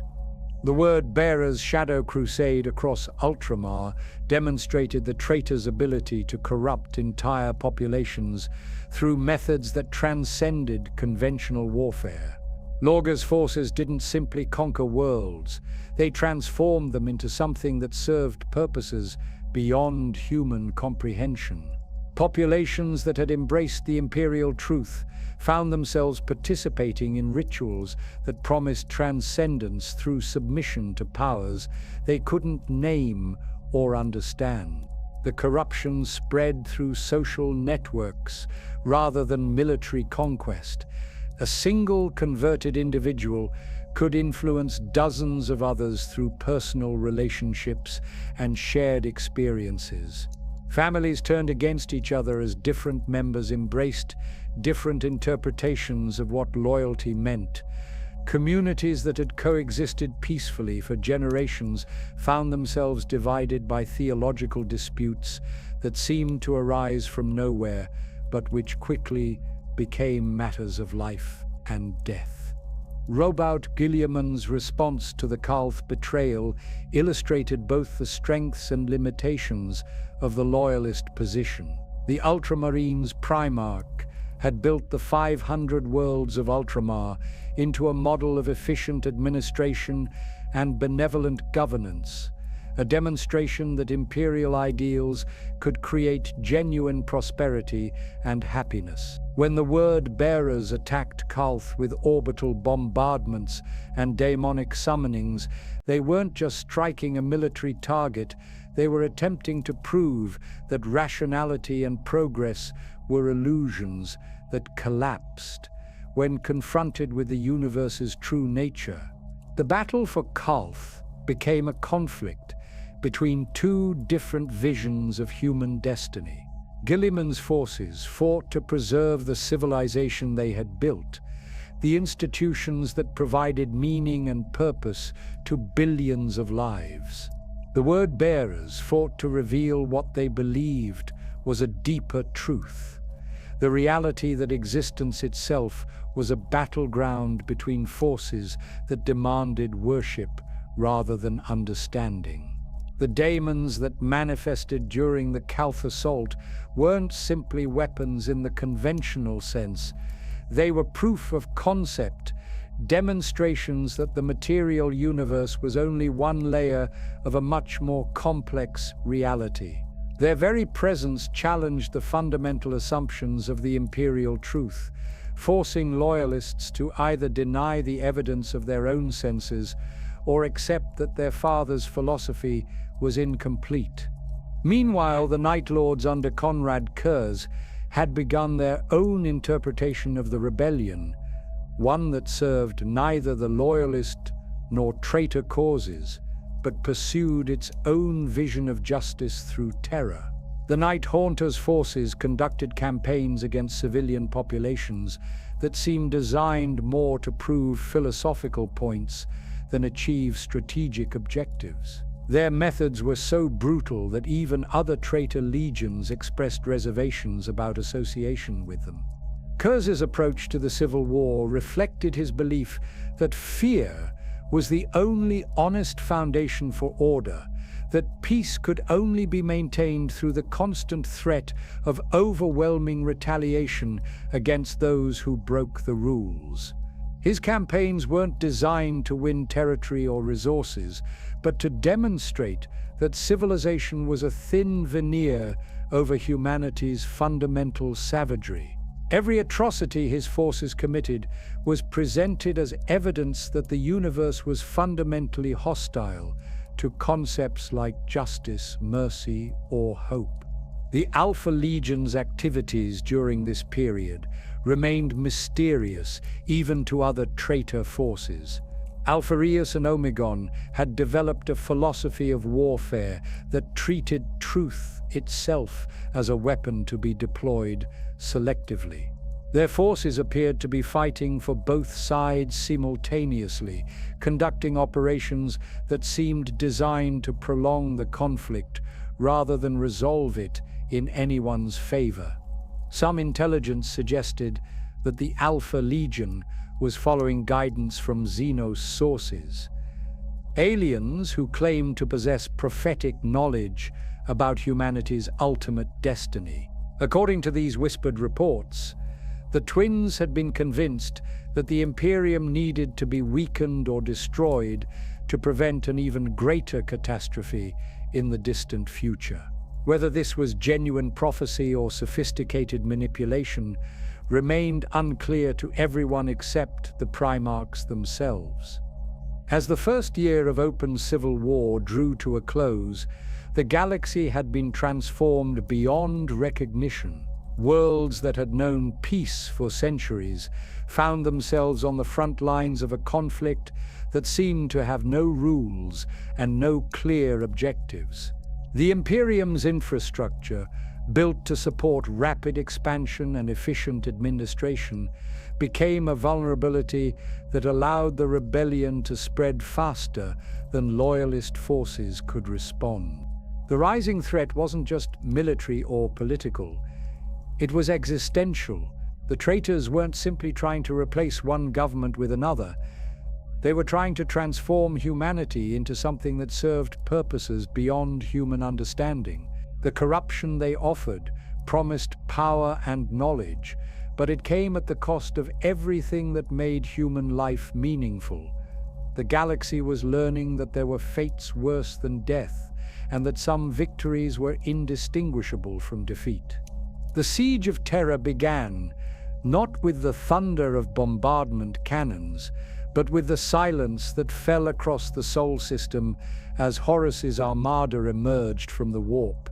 7 years of civil war had culminated in this moment when the War Master would either claim his father's throne or die in the attempt. The fleet that gathered at the edge of humanity's birthworld represented the largest concentration of military power ever assembled, a force capable of reducing entire star systems to ash and vapor. The Armada's composition told the story of how completely the galaxy had fractured. Alongside the corrupted Space Marine legions sailed vessels from a dozen Forge worlds that had declared for the War Master, their hulls bristling with weapons that merged Imperial technology, with innovations that no loyal tech priest would have dared contemplate. Army regiments that had served the Emperor faithfully for centuries now bore the marks of new patrons, their uniforms decorated with symbols that hurt to look at directly. Rogel Dawn had spent the 7 years of the heresy transforming Terra into the most formidable fortress in galactic history. The Imperial Palace had been expanded into a continent-spanning citadel, protected by void shields, orbital defense platforms, and weapon systems that could crack the crust of worlds. Every approach to the palace had been mapped, mined, and fortified, with overlapping fields of fire that would turn any assault into a grinding war of attrition. Yet for all his preparations, Dawn understood that the coming siege would be unlike any conflict in recorded history. The enemy possessed weapons that operated according to principles that Imperial science couldn't explain or counter. Daemon engines that fed on the souls of their crews. Virus bombs that could strip the life from continents. Psychic warriors whose minds could shatter reality itself through focused will. The Lion's Gate spaceport became the focal point of the traitors' initial assault, a massive transportation hub that served as Terra's primary connection to orbital infrastructure.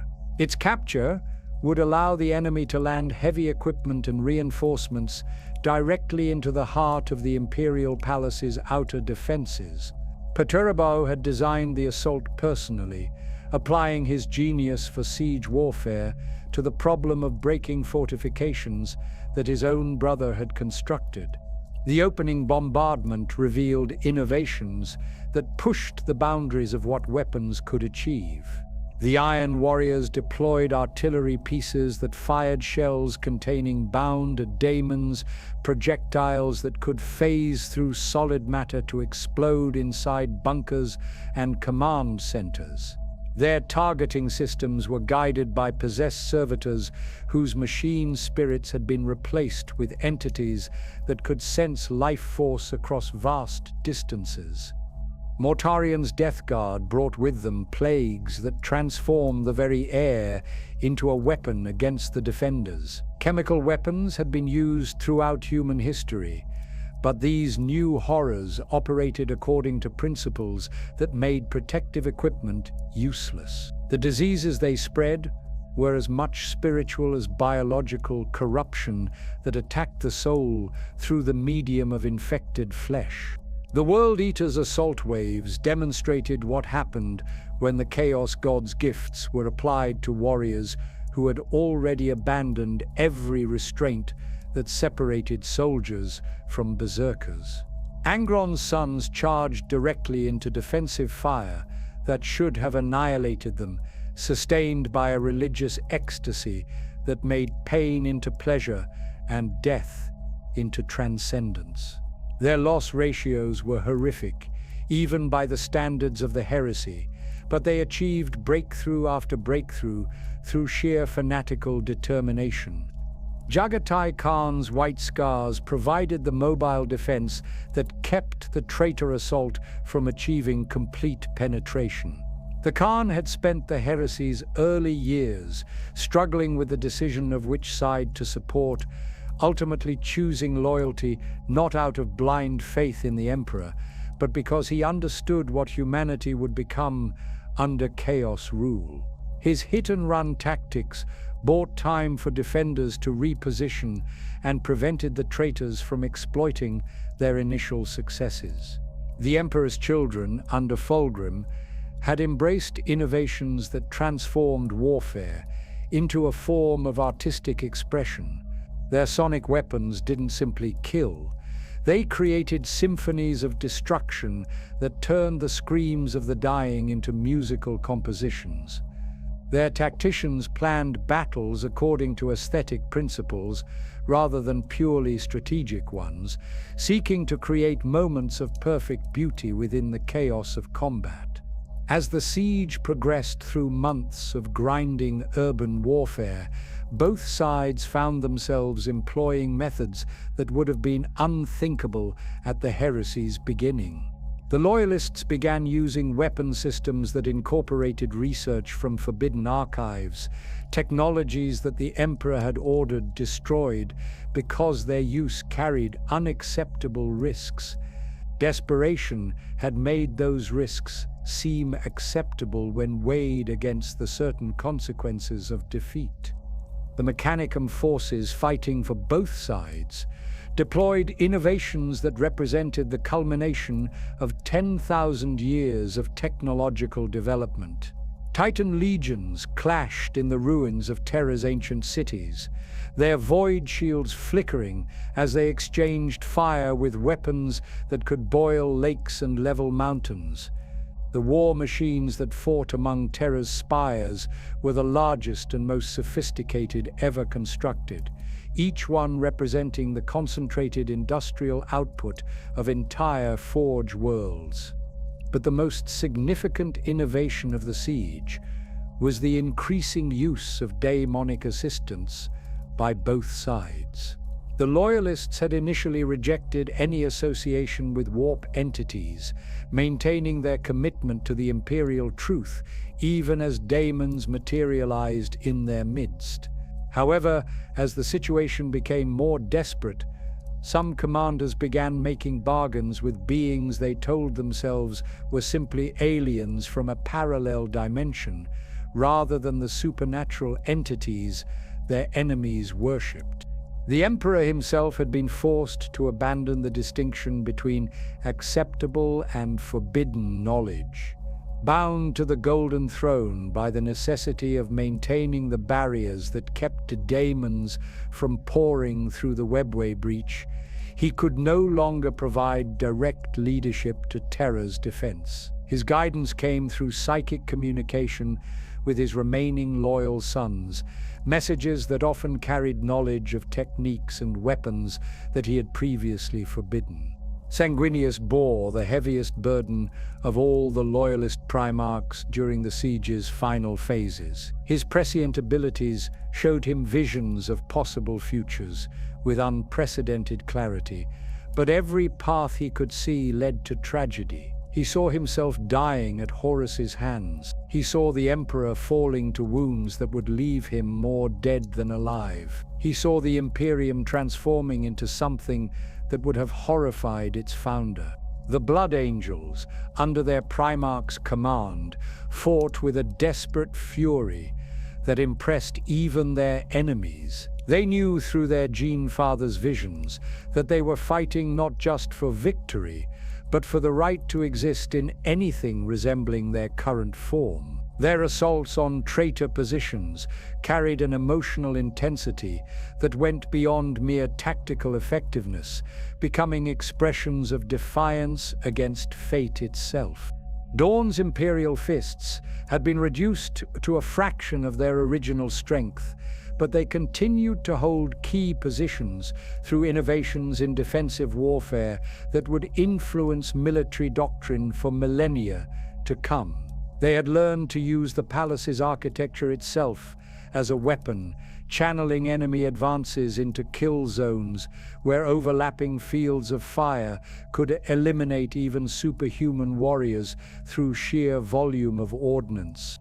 The turning point came when Horus made the decision that would define the siege's final phase. Rather than continuing the grinding assault that might take years to achieve complete victory, he lowered the vengeful spirit's void shields and challenged the Emperor to face him in personal combat. This wasn't simply a matter of personal pride or dramatic gesture. It was a calculated gamble based on his understanding of his father's psychology. Horus knew that the Emperor would be unable to resist the challenge, not because of arrogance, but because of love. Despite everything that had transpired during the heresy, despite the corruption and betrayal and countless atrocities, the Emperor still loved the son he had created to be his successor. That love, which had once been the Imperium's greatest strength, had become a vulnerability that could be exploited by enemies who understood its power. The final innovation of the siege was the Emperor's decision to confront Horus despite knowing the likely consequences. This wasn't a tactical choice based on military necessity. It was an acknowledgement that some battles could only be won through personal sacrifice rather than strategic maneuvering. The Master of Mankind understood that defeating Horus would require him to do something that would destroy everything he had worked to become. The teleportation assault on the vengeful spirit represented the ultimate expression of desperate innovation. 3 Primarchs would board the enemy flagship using technology that barely worked under ideal conditions, penetrating defenses that had been specifically designed to prevent exactly this type of operation. The odds of success were minimal, but the alternatives were worse. As the Emperor, Sanguinius, and Dawn materialized aboard Horus's flagship, they carried with them the hopes and fears of an entire species. The innovations that had defined the siege, the desperate measures and forbidden techniques, had all led to this moment. The final battle would be fought, not with armies or fleets, but with the fundamental forces that shaped consciousness itself. The desperate innovations of the Siege of Terra had pushed both sides beyond the boundaries of what they had once considered acceptable. In their efforts to avoid defeat, they had become something other than what they had started as. The question that remained was whether anything recognizably human would survive the choices they had been forced to make. The corridors of the vengeful spirit had been transformed into something that existed at the intersection of reality and nightmare. What had once been the proud flagship of the Lunar Wolves now served as a temple to powers that fed on human suffering, its walls decorated with trophies that told the story of the heresy's progression from political rebellion to spiritual catastrophe. The ship itself had become a living monument to the depth of corruption that could consume even the most noble intentions. Sanguinius walked these transformed passages with the terrible certainty of prescient knowledge weighing on every step. His visions had shown him this moment countless times over the preceding years, each revelation adding new details to the tragedy he knew was inevitable. The angel understood that his death aboard this ship wasn't simply a personal sacrifice. It was a necessary component of a larger pattern that would determine humanity's future for millennia to come. The confrontation between Sanguinius and Horus represented more than just combat between two superhuman beings. It was a philosophical argument conducted through violence, a debate about the nature of power and the price of transcendence. Horus had embraced gifts that elevated him beyond his original design, becoming something that combined his Primarch heritage with the patronage of all four Chaos gods. Sanguinius remained what the Emperor had created him to be, perfect but limited by his commitment to human values. The duel itself was brief but decisive, its outcome determined not by superior skill or strength, but by the fundamental difference in what each combatant was willing to sacrifice for victory. Horus fought with the power of entities that had existed since the galaxy's youth, beings whose understanding of warfare transcended anything that purely physical combat could achieve. Sanguinius fought with the knowledge that his death would serve a purpose greater than his survival, that his sacrifice would create a weakness in Horus's spiritual armor that their father might be able to exploit. When Sanguinius fell, his death sent psychic shockwaves through every blood angel in the galaxy. The gene bond that connected the Primarch to his sons carried with it not just his final moments of agony, but his absolute certainty that he was dying for something meaningful. The black rage that would plague the Blood Angels for 10,000 years began in that instant, a permanent psychic wound that would remind them forever of what their father had sacrificed to wound the enemy of humanity. The Emperor's arrival aboard the vengeful spirit came too late to save his son, but in time to witness what that sacrifice had accomplished. Horus stood triumphant over Sanguinius's broken form, but the War Master's moment of victory had revealed something crucial about the nature of his transformation. The Chaos God's gifts had made him immensely powerful, but they had also made him dependent on their continued favor. The love he had once felt for his brothers had been replaced by the hunger for domination that his new patrons demanded. The final confrontation between father and son took place in a chamber that existed partially outside normal space and time, a location where the physical laws of the universe bent to accommodate forces that operated according to entirely different principles. The Emperor faced not just Horus, but the combined will of all four Chaos gods expressing themselves through their chosen champion. This was the battle that the entire heresy had been building toward, the moment when humanity's future would be decided through direct contest between order and entropy. What made the betrayal truly profound wasn't the violence of the combat itself, but the emotional context that surrounded it. The Emperor had created Horus to be his successor, the son who would carry forward everything he had worked to achieve. The War Master had been designed not just as a military commander, but as an heir to the vision of human transcendence that had driven the Great Crusade. His corruption represented the failure of that vision in the most personal and devastating way possible. The Emperor's reluctance to strike the killing blow wasn't weakness, but love expressing itself even in the face of ultimate betrayal. He continued to hope that some trace of his son remained within the corrupted shell that Horus had become, that the right words or actions might restore the being he had created with such care and ambition. This hesitation gave Horus the opportunity to inflict wounds that would leave the Emperor more dead than alive, trapped forever on the Golden Throne, in a state that could barely be called existence. The moment when the Emperor finally accepted what his son had become and struck with full force was perhaps the most tragic instant in galactic history. The psychic explosion that obliterated Horus's soul was also an acknowledgement that the dream of perfect loyalty and unconditional love had died. The master of mankind's victory was also his defeat, because it required him to destroy the very thing he had been trying to protect. But the betrayal went deeper than the personal tragedy of a father killing his son. The corruption that had consumed Horus revealed the fundamental flaw in the Emperor's entire project.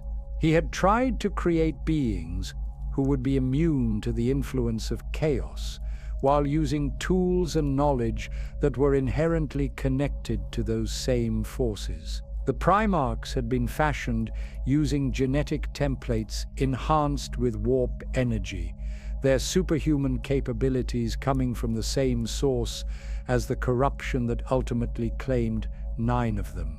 The word-bearer's role in orchestrating the heresy represented another layer of betrayal that went beyond simple military rebellion. Erebus and Cor Pharaon had spent decades preparing for this moment, not out of personal ambition, but from genuine belief that they were serving humanity's best interests. They saw the Chaos Gods not as humanity's enemies, but as its natural patrons, beings who offered forms of transcendence that the imperial truth couldn't provide. Their corruption of Lorgar had been a masterpiece of psychological manipulation that began in the Primarch's childhood and continued through every major decision of his adult life. They had shaped his need for something greater to worship, guided his interpretation of religious experience, and ultimately convinced him that betraying his father was an act of filial duty. The tragedy of Lorgar's fall was that it came from his desire to serve something worthy of veneration, rather than from pride or ambition. The Alpha Legion's betrayal represented perhaps the most complex philosophical challenge to imperial orthodoxy. Alphaeus and Omegon had been approached by the Cabal, a collection of ancient xenospecies who claimed prophetic knowledge about humanity's ultimate destiny. According to their visions, the Imperium needed to be weakened or destroyed to prevent an even greater catastrophe that would consume the entire galaxy. The twins' decision to support Horus wasn't based on corruption by chaos, but on a calculated assessment that humanity needed to experience defeat in order to learn lessons that victory couldn't teach. Their operations throughout the heresy seemed designed to prolong the conflict rather than ensure either side's triumph, creating conditions where the maximum number of painful truths would be revealed about human nature and the universe's hostile reality. Night Haunter's betrayal was rooted in his conviction that the Emperor's vision of human perfectibility was fundamentally flawed. Konrad Kurz had seen the worst of human nature on Nostromo, and his experiences had convinced him that order could only be maintained through the constant threat of overwhelming retaliation. His brutal methods during the heresy weren't intended to serve chaos, but to prove that civilization was a lie covering humanity's essential savagery. The technological betrayals that accompanied the political ones revealed how completely the corruption had penetrated imperial institutions. Forge worlds that had served the Emperor faithfully for centuries suddenly began producing weapons and equipment that incorporated principles antithetical to the Omnissiah's teachings. Tech priests who had spent lifetimes studying the mysteries of technology found themselves drawn to innovations that promised understanding at the cost of spiritual contamination. The Mechanicum schism reflected deeper questions about the relationship between knowledge and wisdom, between technical capability and moral responsibility. The adherents of the Dark Mechanicum argued that the Emperor's restrictions on certain forms of research were holding humanity back from achieving its full potential. They saw chaos not as corruption, but as a source of knowledge that imperial orthodoxy was too timid to explore. Even among the loyalist forces, the siege's desperate circumstances had forced compromises that would have been unthinkable during the Great Crusade's height. Commanders who had spent their entire careers upholding the imperial truth found themselves using weapons and tactics that seemed to validate everything their enemies claimed about the universe's supernatural nature. The distinction between acceptable and forbidden knowledge became increasingly difficult to maintain when survival itself was at stake. The betrayal's ultimate revelation was that the choices made during the heresy weren't between good and evil, but between different forms of damnation. The Emperor's victory preserved humanity in a form that its enemies could recognize, but it also created an empire based on fear, superstition, and the worship of a ruler who had explicitly rejected divinity. The Imperium that emerged from the heresy was as far from the Emperor's original vision as anything the Chaos Gods might have created. The tragedy wasn't that good lost to evil, but that the attempt to create perfect loyalty and unconditional love had produced its opposite. The Primarchs who remained loyal did so, not because they understood their father's vision, but because they feared the alternatives. The Space Marines who fought for the Emperor did so not from rational conviction, but from conditioning that made independent thought dangerous. As the Emperor's broken form was entombed within the Golden Throne, the full scope of the betrayal became apparent.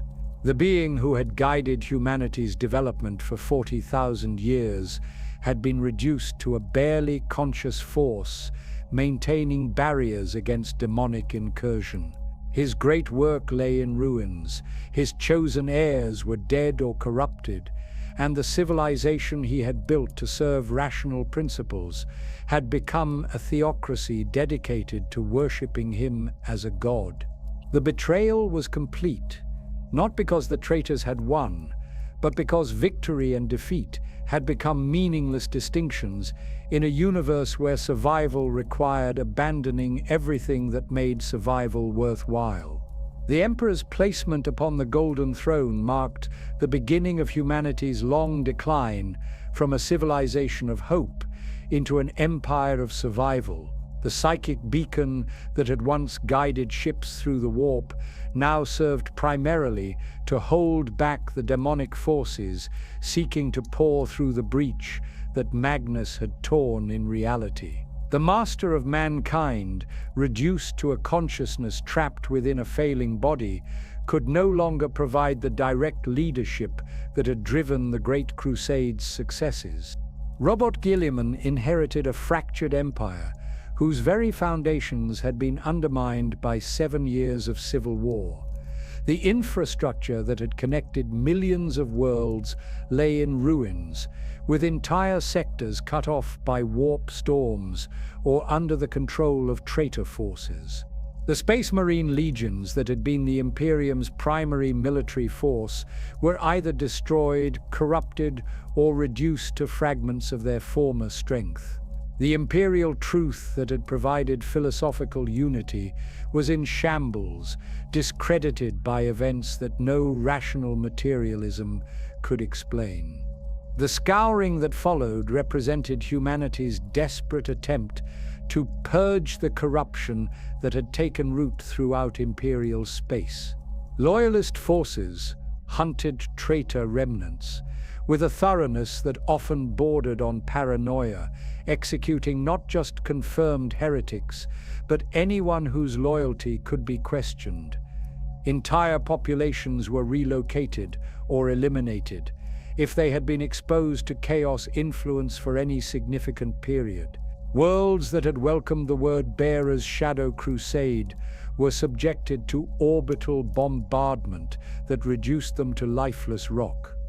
Yet for every traitor cell eliminated, 2 more seemed to appear in its place. The chaos cults that had emerged during the heresy had learned to operate in secret, spreading their influence through family networks and social bonds that made detection nearly impossible. They no longer needed Space Marine support or off-world coordination. The corruption had become self-sustaining, propagating itself through human nature's fundamental weaknesses. Abaddon the Despoiler's emergence as the leader of the Black Legion represented the transformation of the rebellion from a political movement into a religious crusade.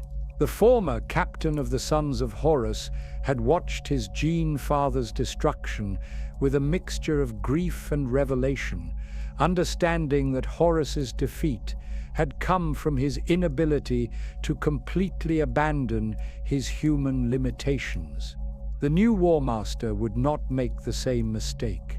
Under Abaddon's leadership, the remnants of the traitor legions retreated to the Eye of Terror, where the boundary between reality and nightmare allowed them to exist according to different rules. Time moved differently within the Eye, permitting warriors who had fought in the heresy to survive for millennia, while planning their return to the galaxy proper. The Eye became a laboratory for exploring the full implications of chaos patronage, a place where the traitors could discover what they were truly capable of becoming. The first Black Crusade launched in 781.M3. One was less an invasion than a reconnaissance in force, designed to test the Imperium's defensive capabilities and identify weaknesses that could be exploited in future campaigns. Abaddon's forces struck at multiple targets simultaneously, stretching Imperial response capabilities while gathering intelligence about how the Loyalists had adapted to their new circumstances. The War Master learned that the Imperium was stronger than the traitors had expected, but also more brittle, dependent on systems and institutions that could be disrupted through carefully planned operations. Each subsequent Black Crusade refined these lessons, with Abaddon demonstrating a patience and strategic vision that his predecessor had lacked. Rather than seeking immediate total victory, the new War Master pursued incremental gains that gradually weakened the Imperium's capacity to resist future assaults. The destruction of strategic fortress worlds, the corruption of key individuals, the seizure of ancient technologies, all these achievements accumulated over millennia to create conditions favorable for an eventual decisive campaign. The Daemon Primarchs, who had ascended during the heresy, found themselves trapped between their human origins and their divine natures. Angron's manifestations in the material universe became increasingly brief and violent, as his connection to Khorne's realm made sustained presence in reality almost impossible. When he did appear, during events like the First War for Armageddon, his influence was devastating but temporary, leaving behind destruction that served more as propaganda than strategic achievement. Magnus the Red faced a different challenge, his pursuit of knowledge having been transformed into service to Tincher's incomprehensible schemes. The Thousand Sons' attempts to breach Terra's psychic defenses became increasingly sophisticated over the millennia, but they also became increasingly divorced from any recognizable human purpose. Magnus's great intellect had become a tool for plans so complex that even he couldn't understand their ultimate objectives. Mortarian's gradual acceptance of Nurgle's gifts had transformed him into something that found peace in entropy and decay.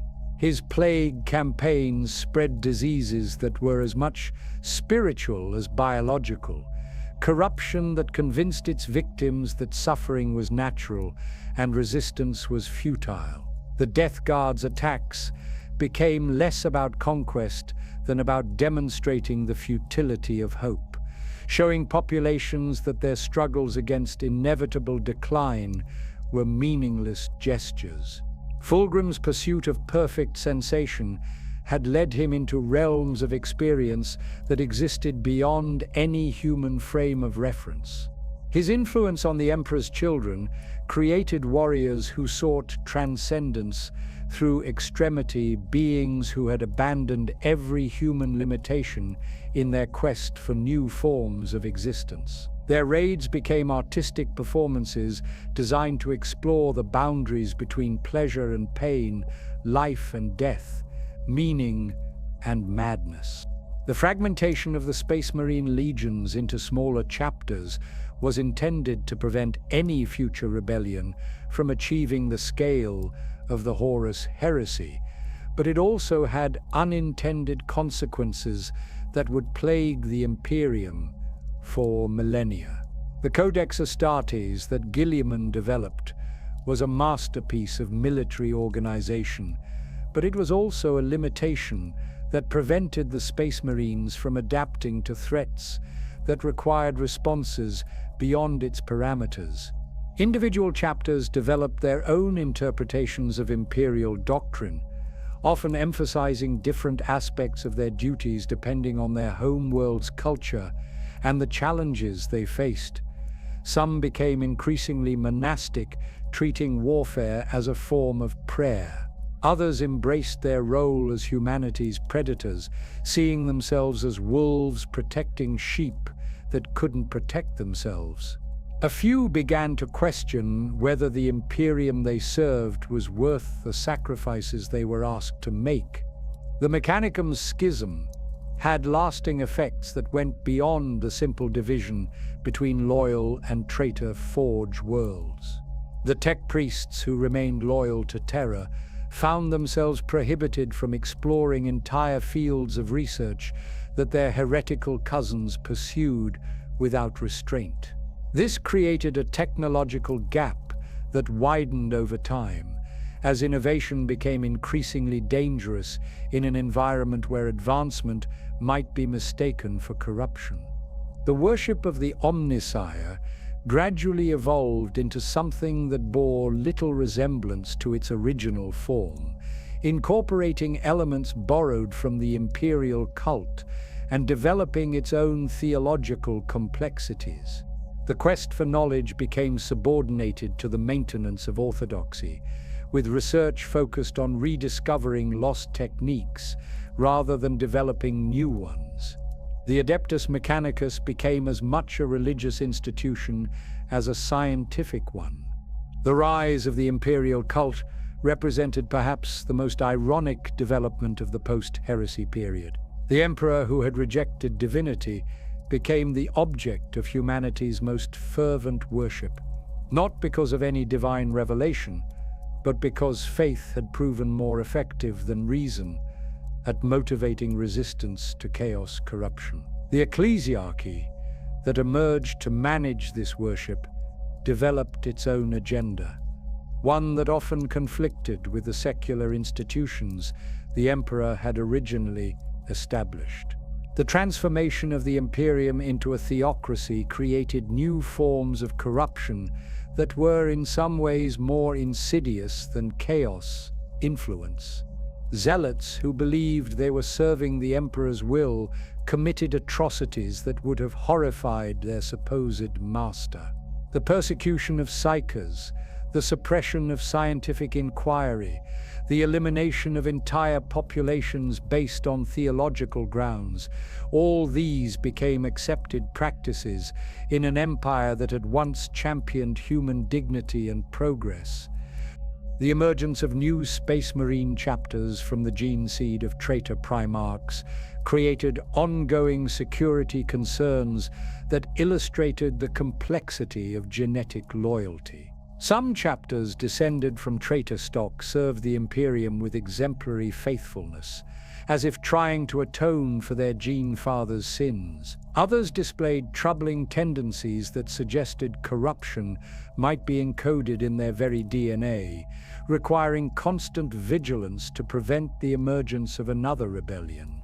The Badab War demonstrated how easily imperial institutions could turn against each other when their competing interests came into conflict. Huron Blackheart's transformation from loyal chapter master to chaos warlord followed patterns that had become disturbingly familiar, showing that the conditions that had produced the Horus heresy continued to exist within the Imperium's structure.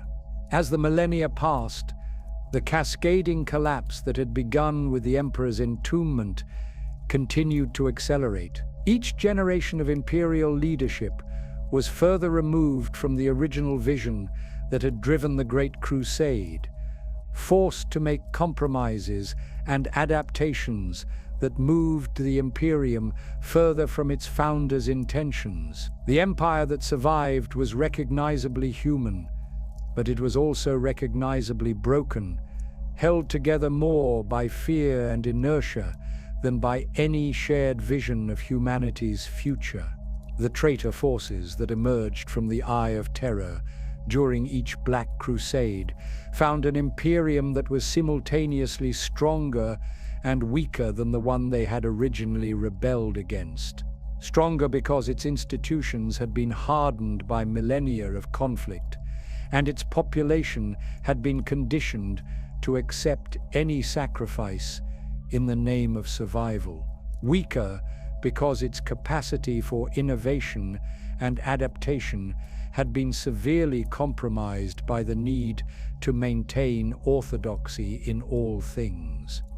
The collapse wasn't complete because it was controlled, managed by institutions that had learned to function within their limitations, but it was also irreversible.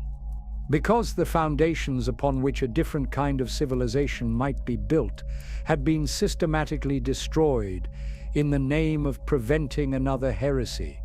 The Imperium had achieved a form of stability, but it was the stability of stagnation rather than strength. The 13th Black Crusade represented the culmination of 10,000 years of preparation, learning, and patient accumulation of power.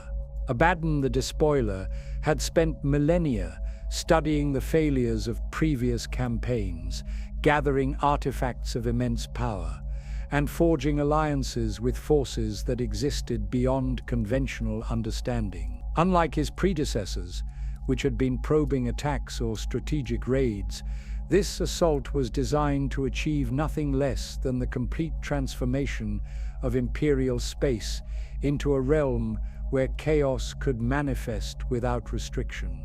The target was Cadia, a fortress world that had stood guard over the Eye of Terror for millennia. The planet's significance went far beyond its strategic location. It was the keystone that held together a network of pylons scattered across multiple star systems. These ancient Necron constructs generated a field that stabilized local space-time, preventing the Eye of Terror from expanding beyond its current boundaries. Their destruction would tear a wound in reality that could never be healed. The armada that emerged from the Eye of Terror in 999.M41 dwarfed even the fleet that had besieged Terra during the heresy. Chaos Space Marine warbands that had spent 10 millennia perfecting their craft of warfare sailed alongside daemon engines the size of cities. Forge worlds that had fallen to the dark mechanicum contributed vessels that merged imperial technology with innovations that violated every principle of orthodox engineering. The fleet itself was less a military force than a manifestation of entropy given physical form. Lord Castellan Ursarkar Creed commanded Cadia's defense with a strategic brilliance that would have impressed even Robout Guilliaman. The aging general understood that conventional tactics would be insufficient against an enemy that operated according to principles beyond normal military doctrine. His defense relied not on static fortifications, but on mobility, flexibility, and the calculated use of every resource the planet could provide. The Cadian shock troopers, who formed the backbone of the planet's garrison, represented the finest soldiers the Imperial Guard could produce. Born and raised on a world where warfare was the only industry that mattered, they possessed an understanding of combat that went beyond mere training or experience. Every Cadian learned to shoot before they could read, understood military hierarchy, before they comprehended civilian social structures, and absorbed tactical doctrine as naturally as other children learned nursery rhymes. Saint Celestine's manifestation during the siege's most desperate moments represented divine intervention in the most literal sense possible. The living saint had transcended death itself to return to the material universe when humanity's need was greatest. Her presence on the battlefield wasn't simply inspirational, it was transformative, turning desperate last stands into moments of miraculous victory through faith made manifest. The technologies employed during the siege pushed the boundaries of what the material universe could contain.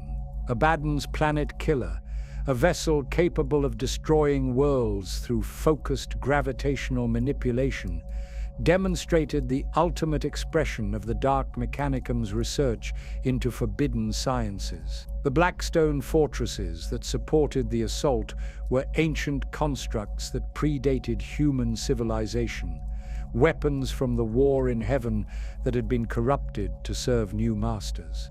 Yet Cadia's defenders possessed their own miraculous weapons.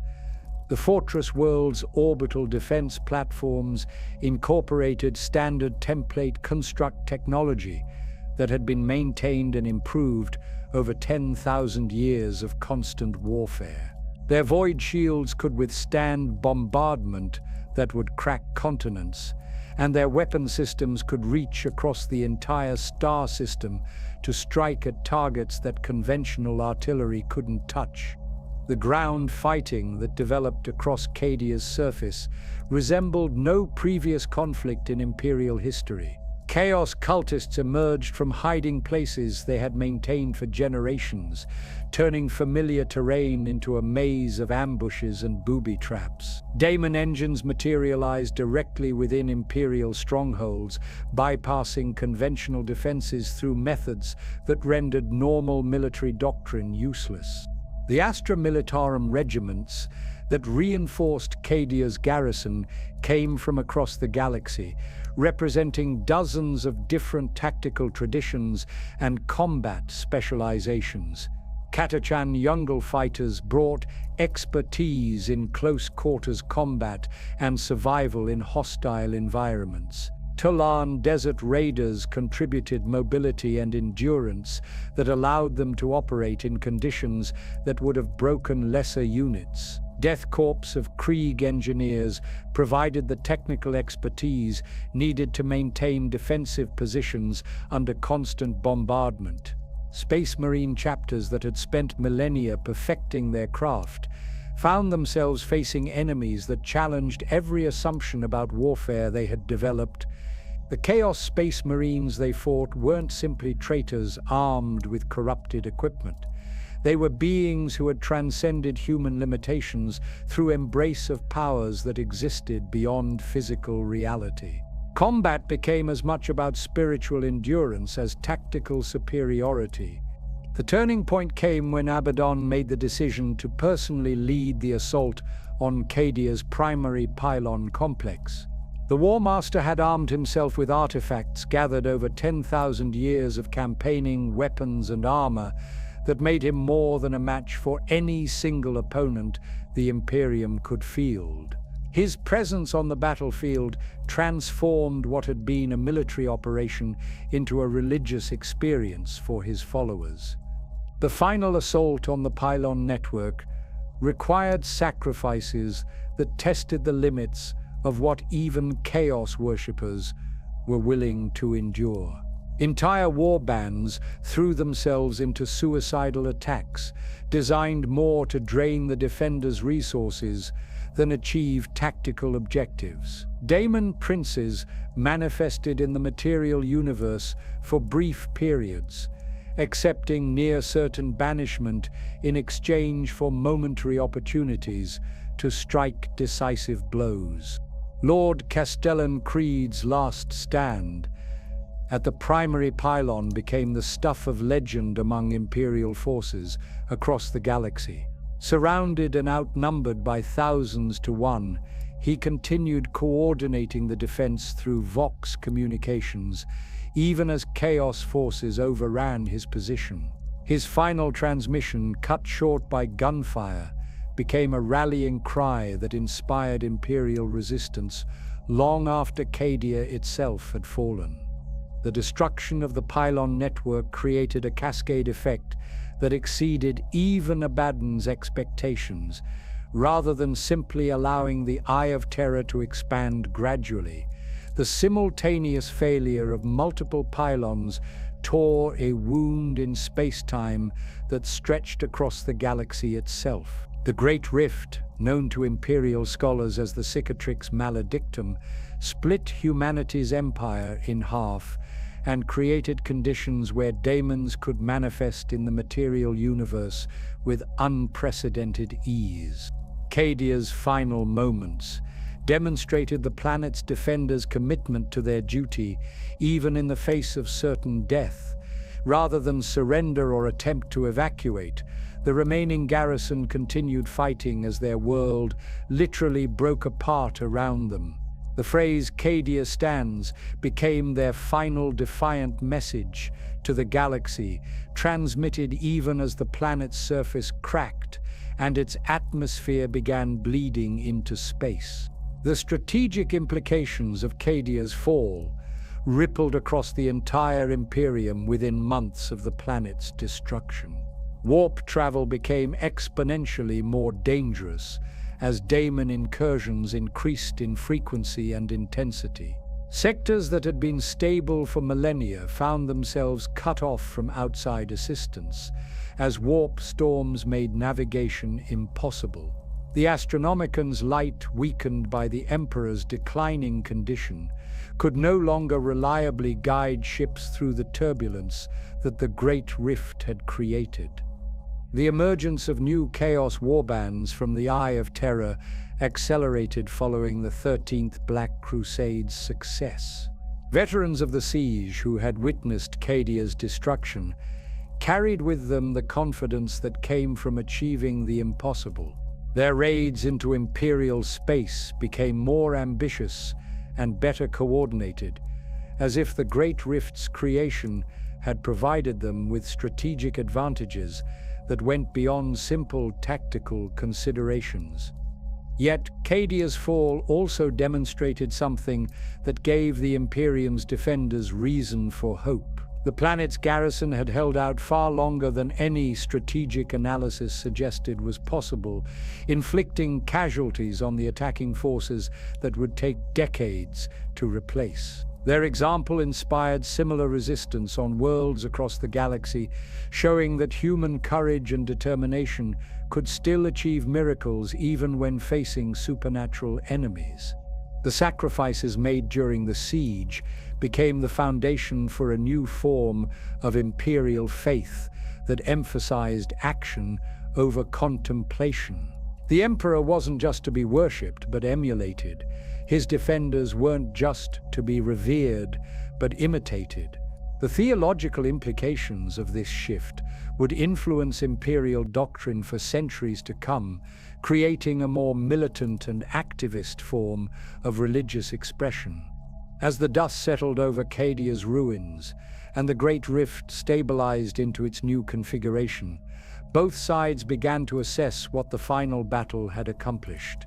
The Imperium had lost a crucial defensive position and faced an existential threat to its continued coherence as a political entity. But it had also demonstrated that its capacity for heroic resistance remained unbroken after 10,000 years of decline and corruption.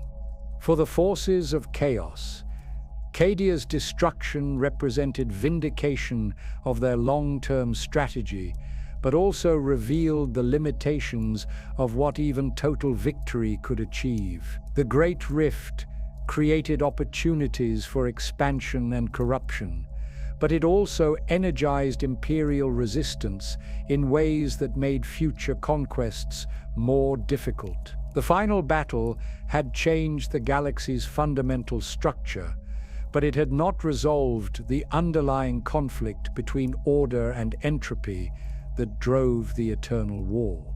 The galaxy that emerged from the 13th Black Crusade bore little resemblance to the one that had existed for 10 millennia since the Horus heresy. The Great Rift had physically divided imperial space into two distinct regions, each facing its own unique challenges and developing its own responses to the new reality.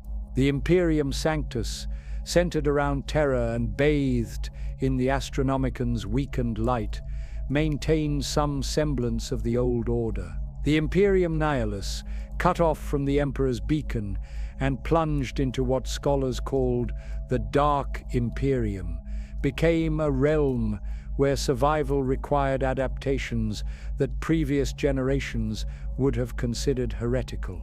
The immediate aftermath of Cadia's destruction created confusion that rippled through every level of imperial hierarchy. Astropathic communications, already unreliable due to increased warp turbulence, became sporadic at best across vast regions of space. Planetary governors found themselves cut off from higher authority for months or years at a time, forced to make decisions that would normally require approval from sector command or even Terra itself. Some rose to the challenge with remarkable competence, while others descended into paranoia and brutality that made their rule indistinguishable from that of the enemy. The Astra Militarum regiments that had fought on Cadia carried with them more than just battle honors and casualty reports. Veterans of the siege possessed first-hand knowledge of chaos capabilities that went far beyond anything recorded in standard imperial tactical doctrine. Their debriefings revealed the extent to which the enemy had evolved during 10,000 years of exile, developing weapons and strategies that made conventional defensive preparations obsolete. These revelations forced a fundamental reassessment of imperial military doctrine across multiple departments. The Departmentum Munitorum began developing new equipment specifications designed to counter threats that previous generations of warfare had never encountered. The Commissariat updated its training programs to address forms of corruption that operated through methods more subtle than simple heretical preaching. The Adeptus Mechanicus found itself forced to acknowledge technologies that violated their understanding of how the universe was supposed to function. Space Marine chapters that had participated in Cadia's defense underwent their own transformations in response to what they had witnessed.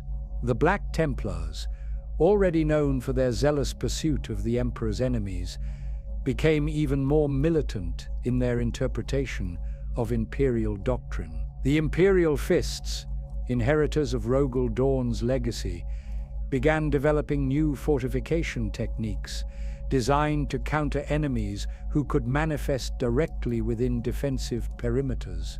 Yet the most significant development was occurring on Terra itself, in the deepest vaults beneath the Imperial Palace, where the Emperor had remained entombed for 10 millennia. The strain of maintaining barriers against demonic incursion through the webway breach had been gradually consuming his remaining life force, but the Great Rift's creation had somehow stabilized his condition. For the first time since the heresy's end, the Master of Mankind began showing signs of recovery rather than continued decline. Robert Guilliman's return to active service represented a miracle that few had believed possible. The Ultramarines Primarch had been placed in stasis following his near-fatal wounding by Fulgrim during the heresy's aftermath. His body suspended between life and death by archaeotech that could preserve but not heal. The combination of Eldar intervention and Imperial desperation had achieved what 10,000 years of medical research had failed to accomplish.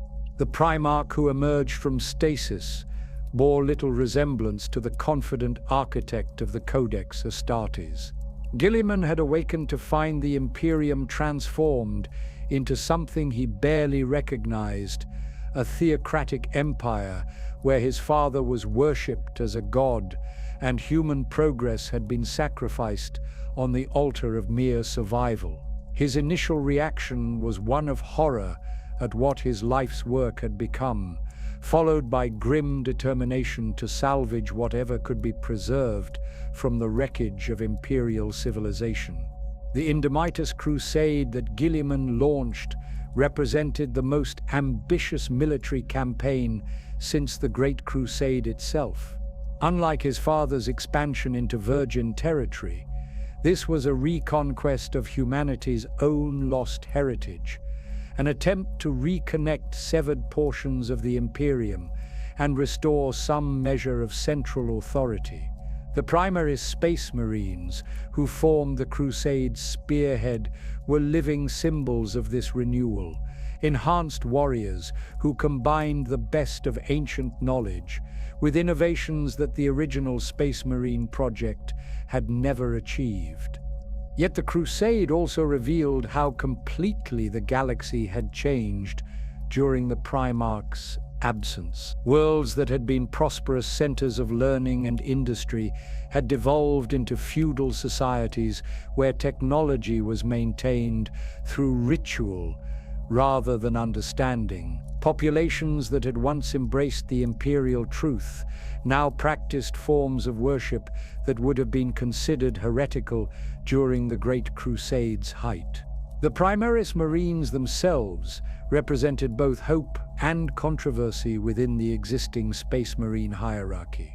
Their enhanced capabilities made them superior warriors in almost every measurable way, but their introduction also implied that the original Astartes design was flawed or incomplete. Some chapters embraced the newcomers as long-awaited reinforcements, while others viewed them as replacements whose very existence questioned their own worth.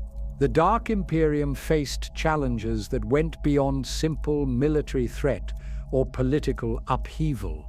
The Great Rift's influence had made psychic phenomena more common and more dangerous throughout the region. Populations that had never experienced psychic manifestations found themselves dealing with spontaneous daemon incursions and reality fluctuations that drove entire communities insane. Local authorities struggled to maintain order when the fundamental laws of physics could no longer be trusted to remain constant. Chaos Space Marine warbands operating in the Dark Imperium found themselves with opportunities they had only dreamed of during their exile in the Eye of Terror. The increased ease of daemon summoning allowed them to field supernatural allies in numbers that would have been impossible during previous raids. Their corruption of loyalist forces accelerated as desperate Imperial commanders proved willing to make bargains they would never have considered under normal circumstances. The response from loyal Imperial forces in the Dark Imperium demonstrated both the flexibility and the limitations of Imperial military doctrine. Some regiments adapted to the new conditions with remarkable creativity, developing tactics that incorporated psychic phenomena as battlefield factors to be managed rather than denied. Others clung to orthodox methods that proved increasingly ineffective against enemies who operated according to supernatural rather than purely physical principles. The ecclesiarchy's influence expanded dramatically in the aftermath of the Great Rift's creation, as populations turned to faith for comfort in circumstances that reason couldn't explain. The worship of the Emperor took on new urgency when his protection seemed to be the only barrier preventing complete demonic conquest. This religious revival brought both benefits and dangers, inspiring heroic resistance, while also enabling the kind of fanatical extremism that Chaos forces found easy to exploit. The Adeptus Mechanicus faced perhaps the greatest challenge to their worldview since the Horus heresy itself. The technologies they encountered in the wake of the 13th Black Crusade often operated according to principles that their understanding of the Omnissiah couldn't accommodate. Some tech priests began developing new theological frameworks that could incorporate these anomalies, while others retreated into even more rigid orthodoxy as a defense against concepts that threatened their fundamental beliefs. Trade networks that had connected the galaxy for millennia collapsed as warp travel became exponentially more dangerous in many regions. Planets that had depended on regular supply shipments found themselves forced towards self-sufficiency, often leading to social upheaval as populations struggled to maintain their standard of living without outside support. Some worlds thrived under these conditions, discovering resources and capabilities they had never needed to develop, while others descended into civil war or barbarism. The Imperial Navy's response to the new conditions required innovations that pushed the boundaries of what naval doctrine considered acceptable. Ships began carrying larger contingents of psychers and sanctioned sorcerers to help navigate the increasingly turbulent warp. Some vessels were modified with archaeotech that allowed them to function in regions where conventional technology failed. A few experimental designs incorporated principles derived from Xenos sources, crossing lines that would have resulted in immediate execution for heresy during more orthodox periods. As the first year following Cadia's destruction drew to a close, it became clear that the galaxy had entered a new age that would require new forms of heroism and new definitions of victory. The old certainties about the nature of reality, the reliability of technology, and the predictability of enemy behavior had been shattered along with the pylons that had once contained the Eye of Terror.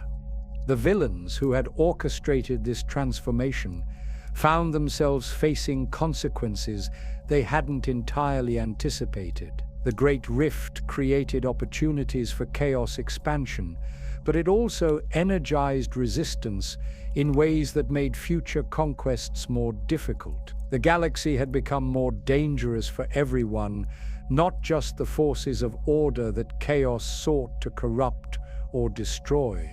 In the deepest archives of terror, scholars began documenting the changes that were reshaping human civilization. Their reports painted a picture of an empire in transition, caught between the traditions that had sustained it for 10 millennia and the innovations that survival in the new galaxy would require. The immediate aftermath had passed, but the long-term consequences were only beginning to unfold. The transformation of imperial civilization following the Great Rift's creation extended far beyond military or political considerations into the fundamental nature of what it meant to be human in the 42nd millennium. 10,000 years of gradual decline had accelerated into a rapid metamorphosis that challenged every assumption about humanity's place in the galaxy.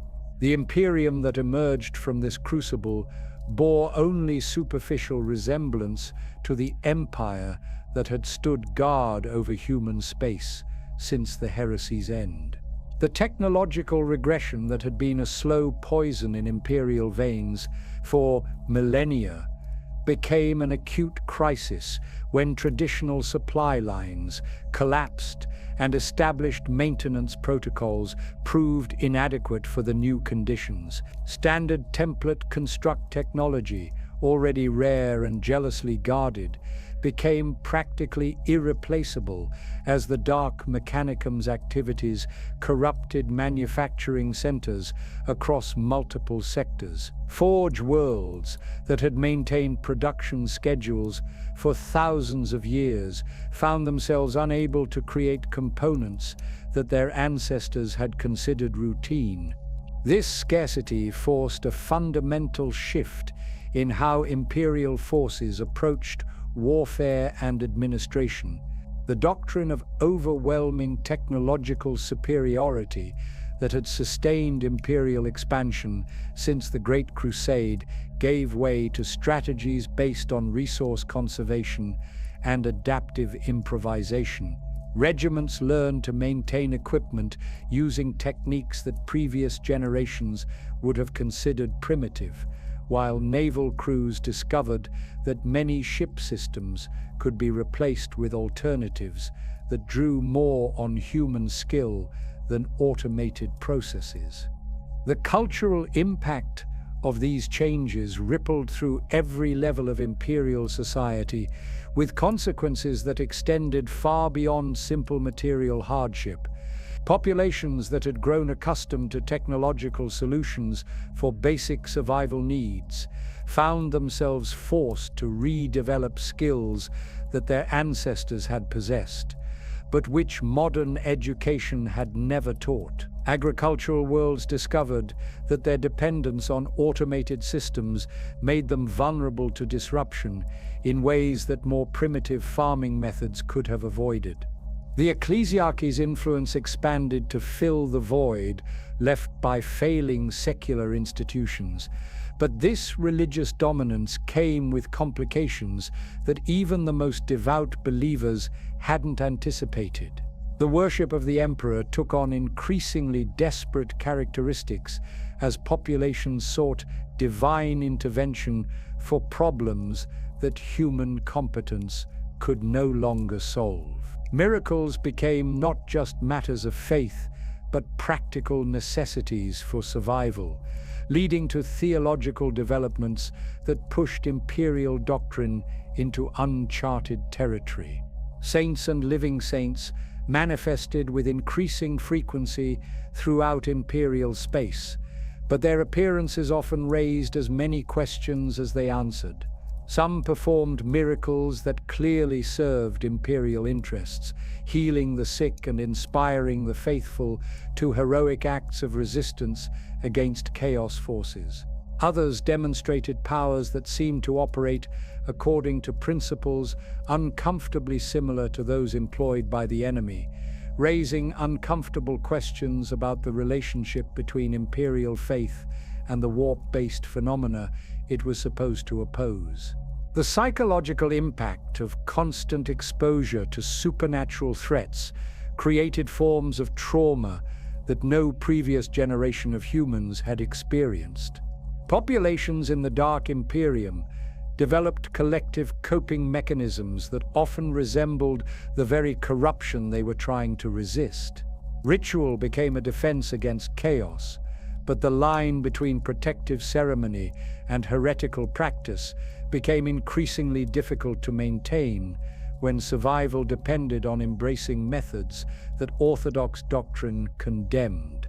Space Marine chapters found themselves forced to adapt their recruitment and training practices to account for aspirants who had grown up in conditions that made the traditional trials seem inadequate. Young warriors who had survived demonic incursions and reality storms possessed forms of mental resilience that peaceful worlds had never produced, but they also carried psychological scars that required new forms of spiritual conditioning to address. The gene seed that formed the foundation of Space Marine creation began showing mutations and variations that hadn't been observed since the heresy's immediate aftermath. Some of these changes appeared beneficial, granting enhanced resistance to chaos corruption or improved performance in the hostile environments that had become common throughout Imperial space. Others raised concerns about long-term genetic stability and the possibility that the Astartes themselves might be evolving beyond the Emperor's original design. The Indomitus Crusade's progress revealed the extent to which Imperial territory had fragmented into isolated pockets of civilization, separated by regions where conventional travel was impossible or prohibitively dangerous. Some sectors had maintained contact with their neighbors through improvised communication networks that relied more on psychic phenomena than traditional technology. Others had developed in complete isolation, creating variant forms of imperial culture that sometimes bore little resemblance to orthodox doctrine. These isolated communities had often been forced to make accommodations with local threats that would have been considered heretical under normal circumstances. Planetary governors had negotiated truces with Xenos species. Military commanders had incorporated alien technology into their equipment, and civilian populations had adopted survival strategies that drew on forbidden knowledge. The question of how to reintegrate these communities into the larger Imperium became one of the Crusade's most persistent challenges. The Primaris Marine project represented more than just military reinforcement. It was an attempt to address genetic and technological problems that had been accumulating for millennia. The enhanced gene seed that created these new warriors incorporated improvements that solved stability issues, which had plagued some chapters for thousands of years. Their equipment was manufactured using techniques that combined ancient knowledge with innovations developed during the 10,000 years since the heresy. Yet the success of the Primaris project also highlighted the limitations of what the Imperium could achieve even under optimal conditions. The resources required to create and maintain these enhanced warriors came at a cost that made their widespread deployment impossible. Each Primaris Marine represented an investment that could have equipped dozens of conventional soldiers, raising strategic questions about whether technological excellence was worth the sacrifice in numbers. The long-term sustainability of Imperial civilization became a concern that influenced every major policy decision in the post-Rift era. The Empire had survived 10,000 years of gradual decline by sacrificing innovation for stability, but the new conditions made that approach untenable.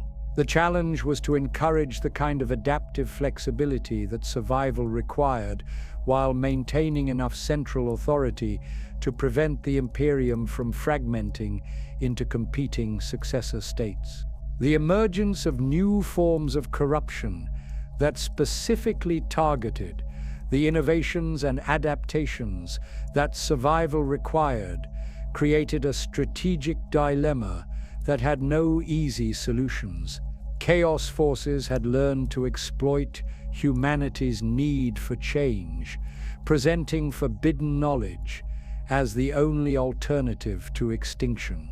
Populations that had been forced to abandon orthodox practices for survival often found themselves on a slippery slope toward heresy that was difficult to recognize until it was too late to reverse.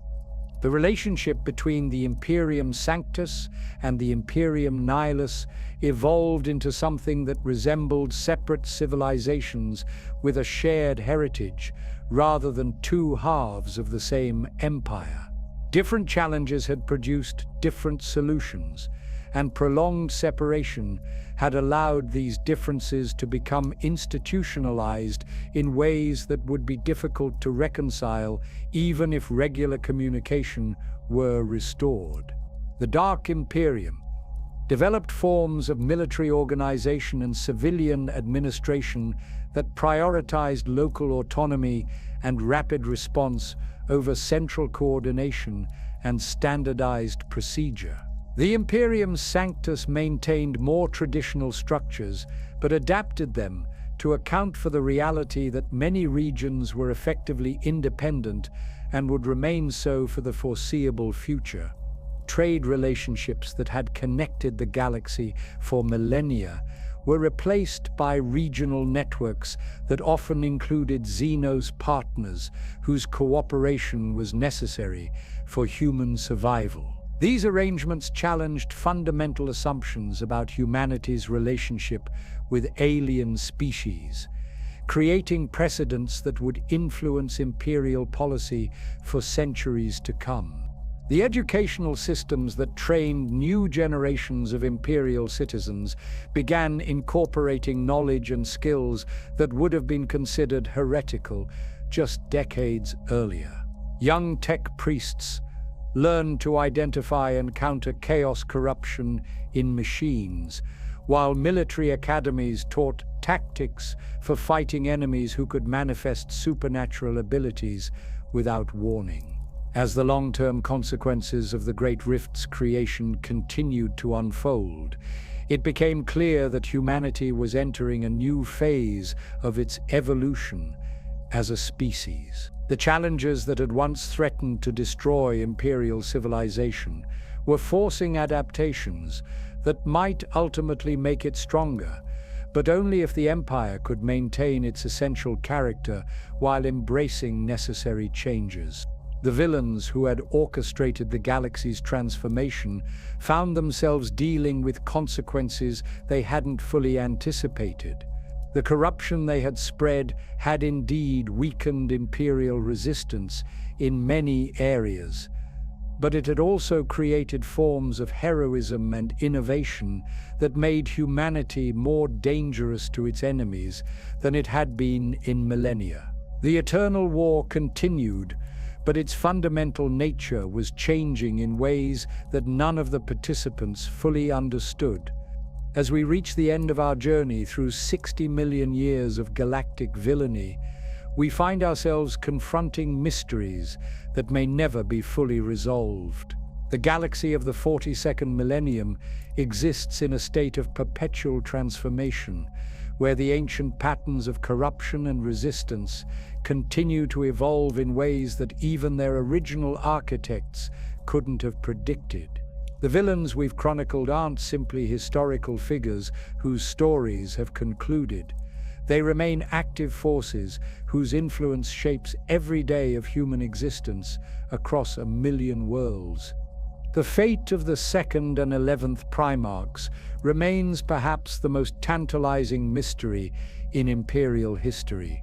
All records of these individuals have been systematically expunged from every archive, their very names erased from documents that survived the Horus heresy's devastation. The few references that remain suggest that their erasure was ordered by the emperor himself, implemented with such thoroughness that even their brother Primarchs were forbidden to speak of them.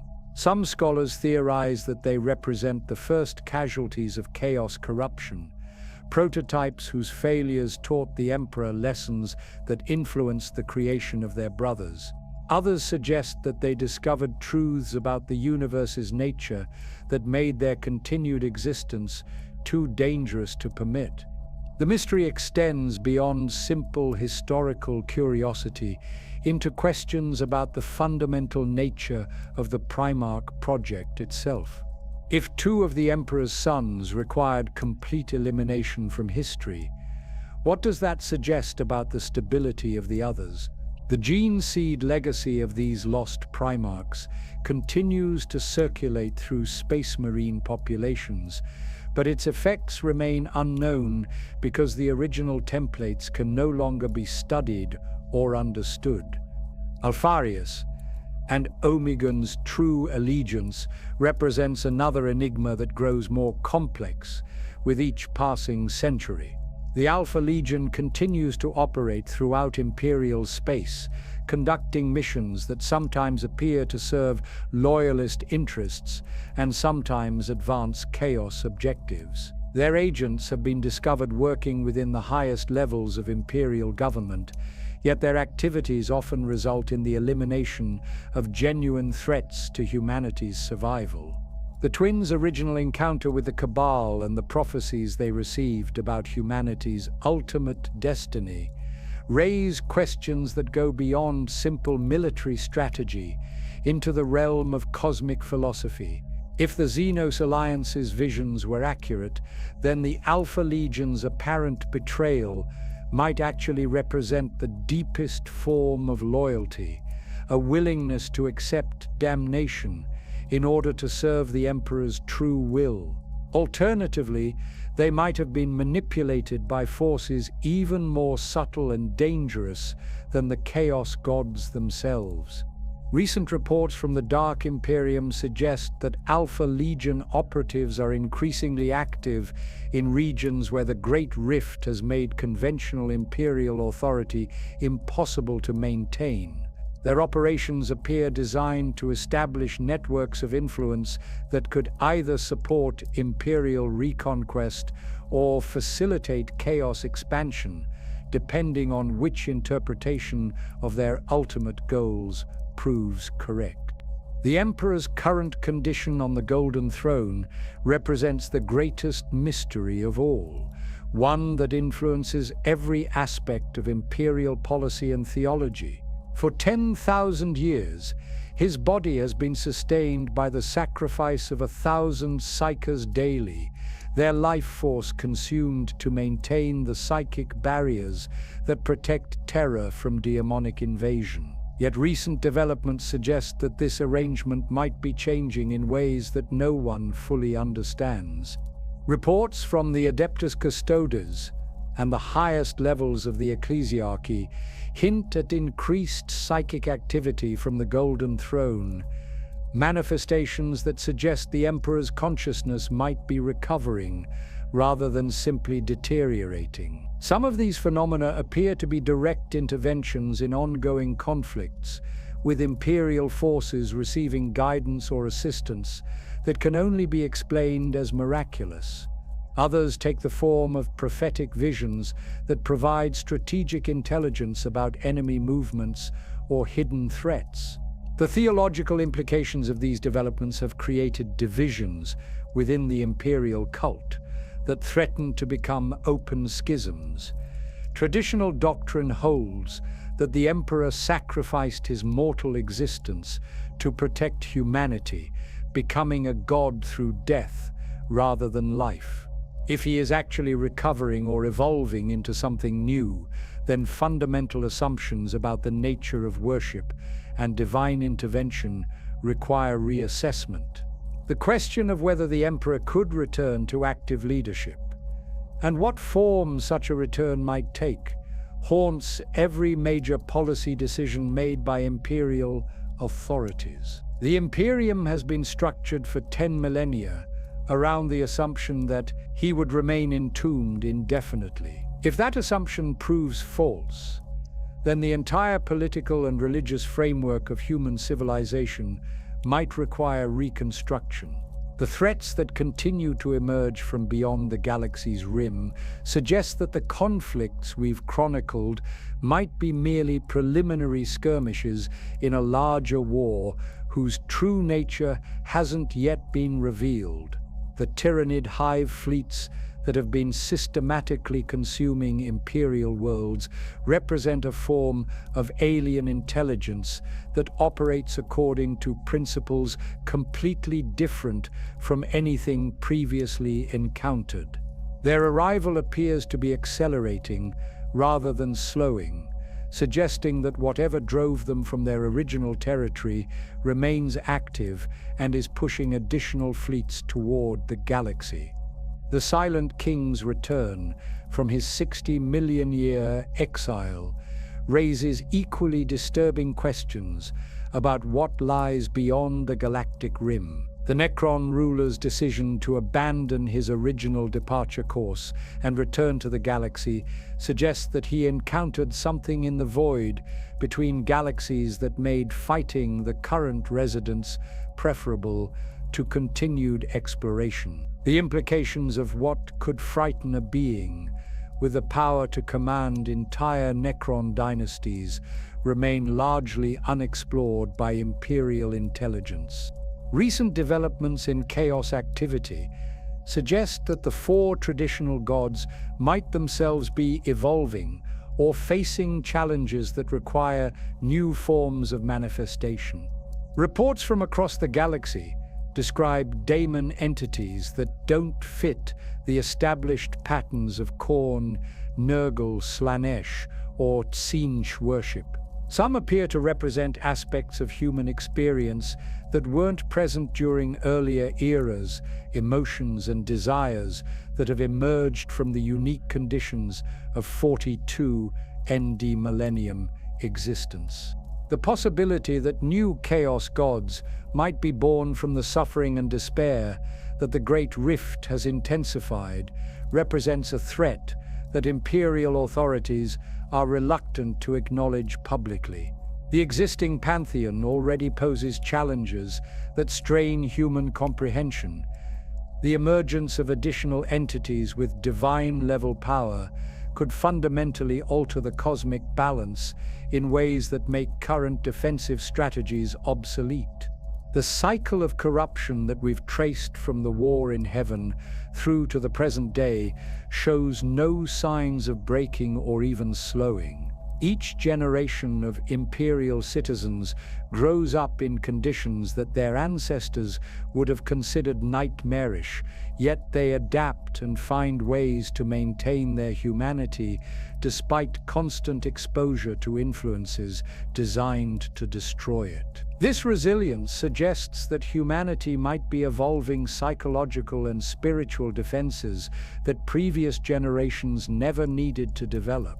Yet the same adaptations that allow survival in the current galaxy also create vulnerabilities that enemies can exploit in new ways. The acceptance of supernatural phenomena as normal parts of existence makes populations more susceptible to certain forms of corruption while providing resistance to others. The integration of previously forbidden knowledge into standard education creates citizens who are better equipped to fight chaos influence, but also more likely to recognize it as potentially useful when conventional methods fail. The greatest villains of our story achieved their status not through simple evil, but through their willingness to sacrifice everything they once valued in pursuit of goals they believed justified any cost. The pattern continues in the modern era, where heroes and villains often differ only in which compromises they're willing to make and which lines they refuse to cross. The future that emerges from our current conflicts will be shaped by choices being made today by individuals who may not understand the full consequences of their decisions. The galaxy has become a place where good intentions can lead to damnation, where necessary evils can become indistinguishable from unnecessary ones, and where the price of survival might ultimately exceed the value of what survives. In the grim darkness of the far future, there is only war, but it's a war whose meaning continues to evolve.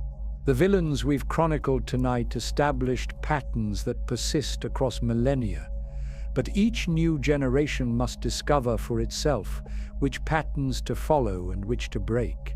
Understanding their stories doesn't provide easy answers, but it offers the knowledge needed to make informed choices about which forms of damnation are acceptable and which are worth fighting to prevent.